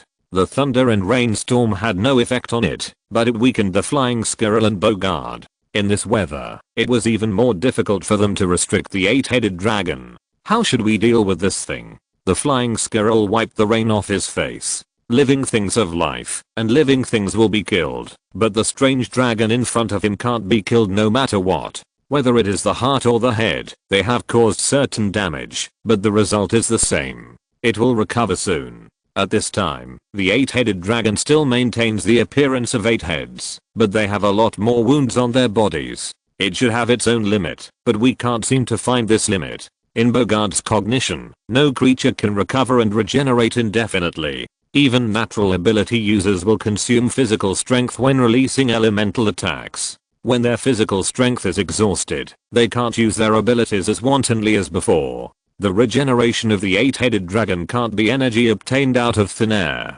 There must be an upper limit. Bogard was not wrong. If they could exhaust the eight-headed dragon's strength, it would lose its ability to resist. Even if it had many lives, it would be killed bit by bit. However, exhausting its strength would be more difficult than killing it 8 times. It rarely uses the heads in the middle to fight. The one there, and the largest one in the middle, may be its weakness. They only cut off 2 heads of the eight-headed dragon at the beginning, but those 2 heads and the heads used by the eight-headed dragon in the later period were both heads on both sides. The 3 heads in the middle and the back rarely engaged in hand-to-hand combat. I'll attract it, you go and try. If this goes on, I won't be able to bear it first. We can't wait like this. This guy may have some troublesome abilities. The thunderstorm did not alert them. This was not a particularly difficult task. The scientific forces of the Navy could also successfully complete this kind of thing. What they were worried about was a more unknown force. The flying squirrel and Bogard quickly reached a consensus. The flying squirrel tried his best to attract the attention of the eight-headed dragon, while Bogard began to look for new opportunities. They were planning, and the eight-headed dragon was also thinking. These two people annoyed it. It couldn't get rid of them for a while. If it went down, it would be attacked. Although it could maintain a higher safety area, the damage caused by that was very limited. It was also very painful to be slashed by those little guys. It didn't want to be beaten all the time. Thinking about it, it seemed to have a new idea. Flying Squirrel and Bogard made the biggest mistake. On this thunderstorm day, the two of them communicated by talking loudly. Although the eight-headed dragon could understand Kaido's orders, they didn't think too much. A dog can understand simple words after training, but Pokemon is different. They can understand human language almost perfectly, and its hearing is very sensitive. In other words, it heard all the plans of the two. This kind of thing is not uncommon in the Pokemon world. It happens even in the arena. Some Pokemon will make more effective judgments based on their own understanding and the enemy's attacks, such as a certain excellent Jellfish dragon. At this time, the 8-headed dragon set a trap for them. It did not act immediately, but carried out high-altitude guerrilla warfare as before. When it fell, it deliberately changed its position and was stabbed twice, and then made an angry gesture. It no longer controlled the height, but attacked the flying squirrel frantically. The powerful combo made it difficult for the flying squirrel to resist, but Bogard also seized the opportunity and cut off one of its heads on the backside. This time it controlled its body and did not regenerate immediately. The remaining head showed a terrified expression. It works. The heads in the middle are weak points. Bogard, who retreated temporarily, showed a happy smile. It is a good thing to find weaknesses so that they can rearrange their tactics. At the beginning, Bogard aimed at the main brain in the middle. The 8-headed dragon made an unavoidable gesture and used another head next to it to block the knife. I don't think it's right. Don't you think it's a bit too smooth? The tactics worked so quickly that the flying squirrel had an unscientific feeling that the strange dragon should have many ways to deal with it. Let's try again. Maybe it will really work. That's right. Although they doubted it, they didn't have any better ideas. Besides, how strong could a monster be, no matter how smart it was? The two continued with their previous tactics, alternately attracting each other's attention. Originally, the heads formed a perfect defense line, but now there was a gap, and the defense of the 8-headed dragon was no longer perfect. Several times, they almost attacked the main head. The 8-headed dragon became more and more irritable, and finally the flying squirrel found a huge flaw. Moonstep, shave. With the combination of moonstep and shave, the flying squirrel drew his sword and chopped the head in the middle, but before the blade touched the 8-headed dragon, Bogard's voice came to his ears. Be careful. The head that could not regenerate suddenly regenerated at this time. The new head stared at the flying squirrel fiercely, opened its mouth wide, and bit the flying squirrel with teeth flashing with cold light and venom. It took so many knives just to lure these two slippery loach-like guys here, a position where it could not avoid attack. It fell into a trap. The flying squirrel never dreamed that the two of them would be tricked by a wild beast. They were careful enough and tested the situation for a long time before he seized the opportunity to launch a surprise attack. He didn't expect that the other party's patience was better than his. Chapter 724, Kuzan's Rescue, Kaido's Conspiracy. Let go of Admiral Flying Squirrel. Bogard also didn't expect that the monster in front of him had set a trap for them. He wanted to rescue the flying squirrel, but the 8-headed dragon didn't give him a chance to get close. Several heads released powerful electric currents to force Bogard back and began to bite the flying squirrel's head. As long as its mouth is completely closed, the flying squirrel can be directly divided into 3 parts. At this time, the flying squirrel is using iron blocks and domineering power to resist the bite force of the 8-headed dragon and waving weapons to try to fight back. His blade has pierced into the head, but the 8-headed dragon still has no intention of letting go. The head also released a terrifying purple gas, and the clothes began to corrode. A sense of despair appeared in the heart of the flying squirrel. It was at this time that the 8-headed dragon suddenly stopped his action, because a new enemy appeared on its back. Allah, can you please let him go? Nearly 3 meters tall, with a blue lining, the Justice coat was fluttering in the air with the wind and rain. This weather is really annoying. He still had an eye patch on his forehead, but the eye patch was soaked by the rain. Although it blocked some of the rain, the swollen eye patch made him uncomfortable. Admiral Kuzan, codenamed Aokiji, is now the Admiral of the Navy headquarters. After G1's request for help was sent, the headquarters support finally arrived here. Kuzan didn't say anything, but a wave of ice began to spread from his feet, gradually extending to the head that bit the flying squirrel. With a roar, the head and the neck behind it all turned into ice sculptures. In order to ensure the safety of the flying squirrel, Kuzan reduced the scope of freezing and only extended upward along this head. With the breaking of the ice, the flying squirrel regained its freedom, but it seemed to be affected by the toxin and its body could not move well. Finally, with the help of Kuzan, He temporarily moved to a safe position, and the 8-headed evil dragon looked at Kyuzen vigilantly, and his body rushed into the clouds again with a flash of fire. The raging fire not only provided speed, but also melted the original ice on his body. This opponent is more terrifying than the two combined. Just like the stone thrown by Garp before, it feels a fatal threat. Bogard, take the flying squirrel to get treatment. He seems to be poisoned. I will deal with this troublesome guy first, and then go to help Mr. Garp. Glancing at the battle situation, Garp and Kaido can't tell who will win for a while, and now this monster dragon is the biggest threat. Yes. Today's 3 admirals are the backbone of the new generation of the Navy. Their monster-like strength has long been certified. The arrival of Kyuzen is a shot in the arm for all the Navy. Hanbing is not like Guang, who can fly freely, but his ability to stay in the air is much stronger than that of the flying squirrel. At the same time, Kaido, who was in a melee with Garp, has also discovered the arrival of Kyuzen.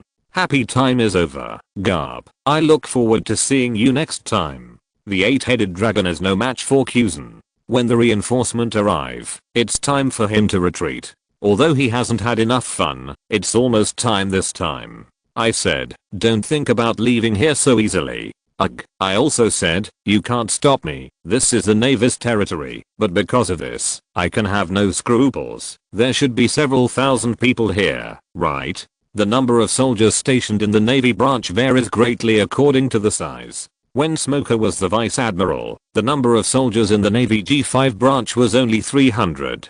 At that time, Akainu invested a large number of troops in the expedition, and there were not many people left for some branches. Now, the Navy forces in the New World have not completely withdrawn, and the G1 branch is the gateway to Mirajoa, with a permanent force of 3,000. Kaido showed a grim smile, and then spit out a terrifying energy into the sky. If you want to stop me, come and try. If you are willing to sacrifice the lives of all the soldiers here, then come. As soon as the voice fell, Garp understood what Kaido had done. The clouds were cut open, and meteorites fell towards the G1 branch.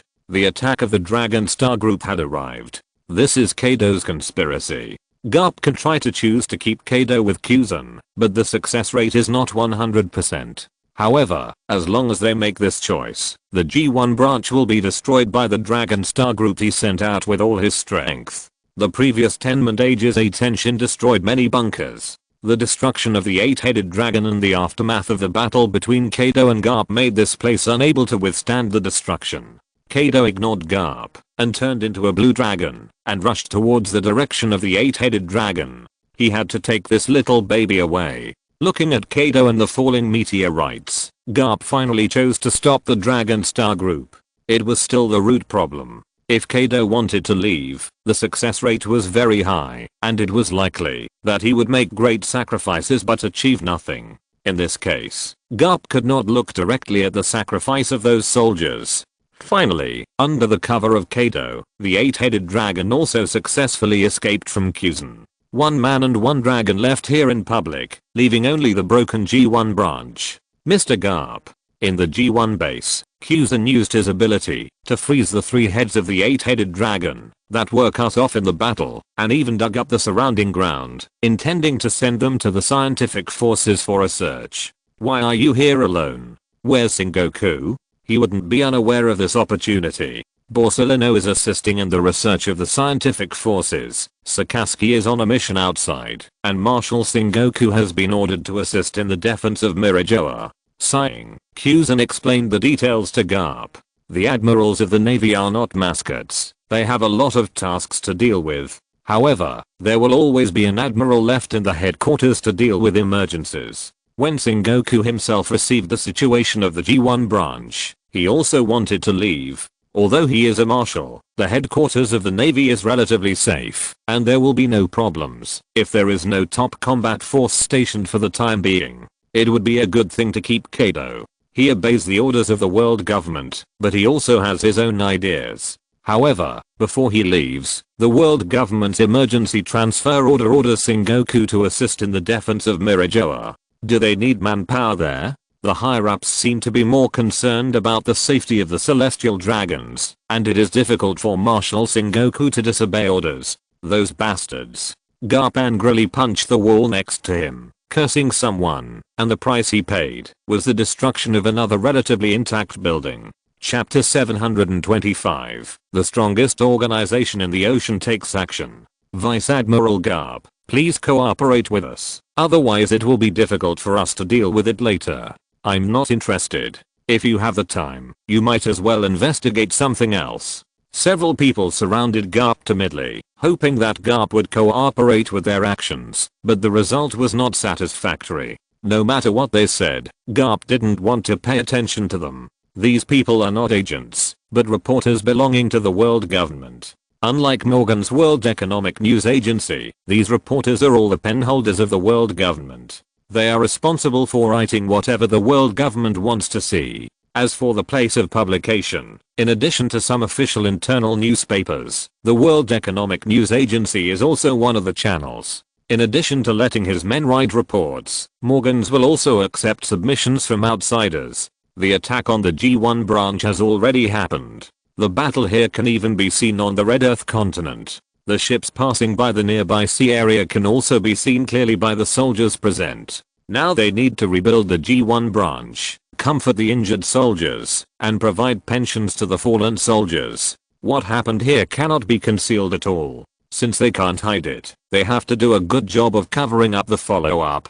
Kaido attacked the Marine branch and left in public after causing certain casualties. Of course, the report could not be written in this tone. If Morgans were to write it, he would definitely do whatever he could to attract attention and would not care about the impact. However, there are no reporters in places like the G1 branch, so the Navy has the final say. The evil Kaido was planning a conspiracy. The brave Navy soldiers discovered his conspiracy and stopped him. The angry Kaido attacked the G1 branch for revenge. Under the heroic resistance of the Navy hero Monkey D. Garp arrived at the critical moment. The headquarters Admiral Aokiji followed closely behind. He was about to capture Kaido, but the despicable Kaido threatened the lives of the soldiers and finally fled in a hurry. They have already compiled the outline of the story. There was nothing wrong with the process of the incident. They couldn't distort the reality that had already happened.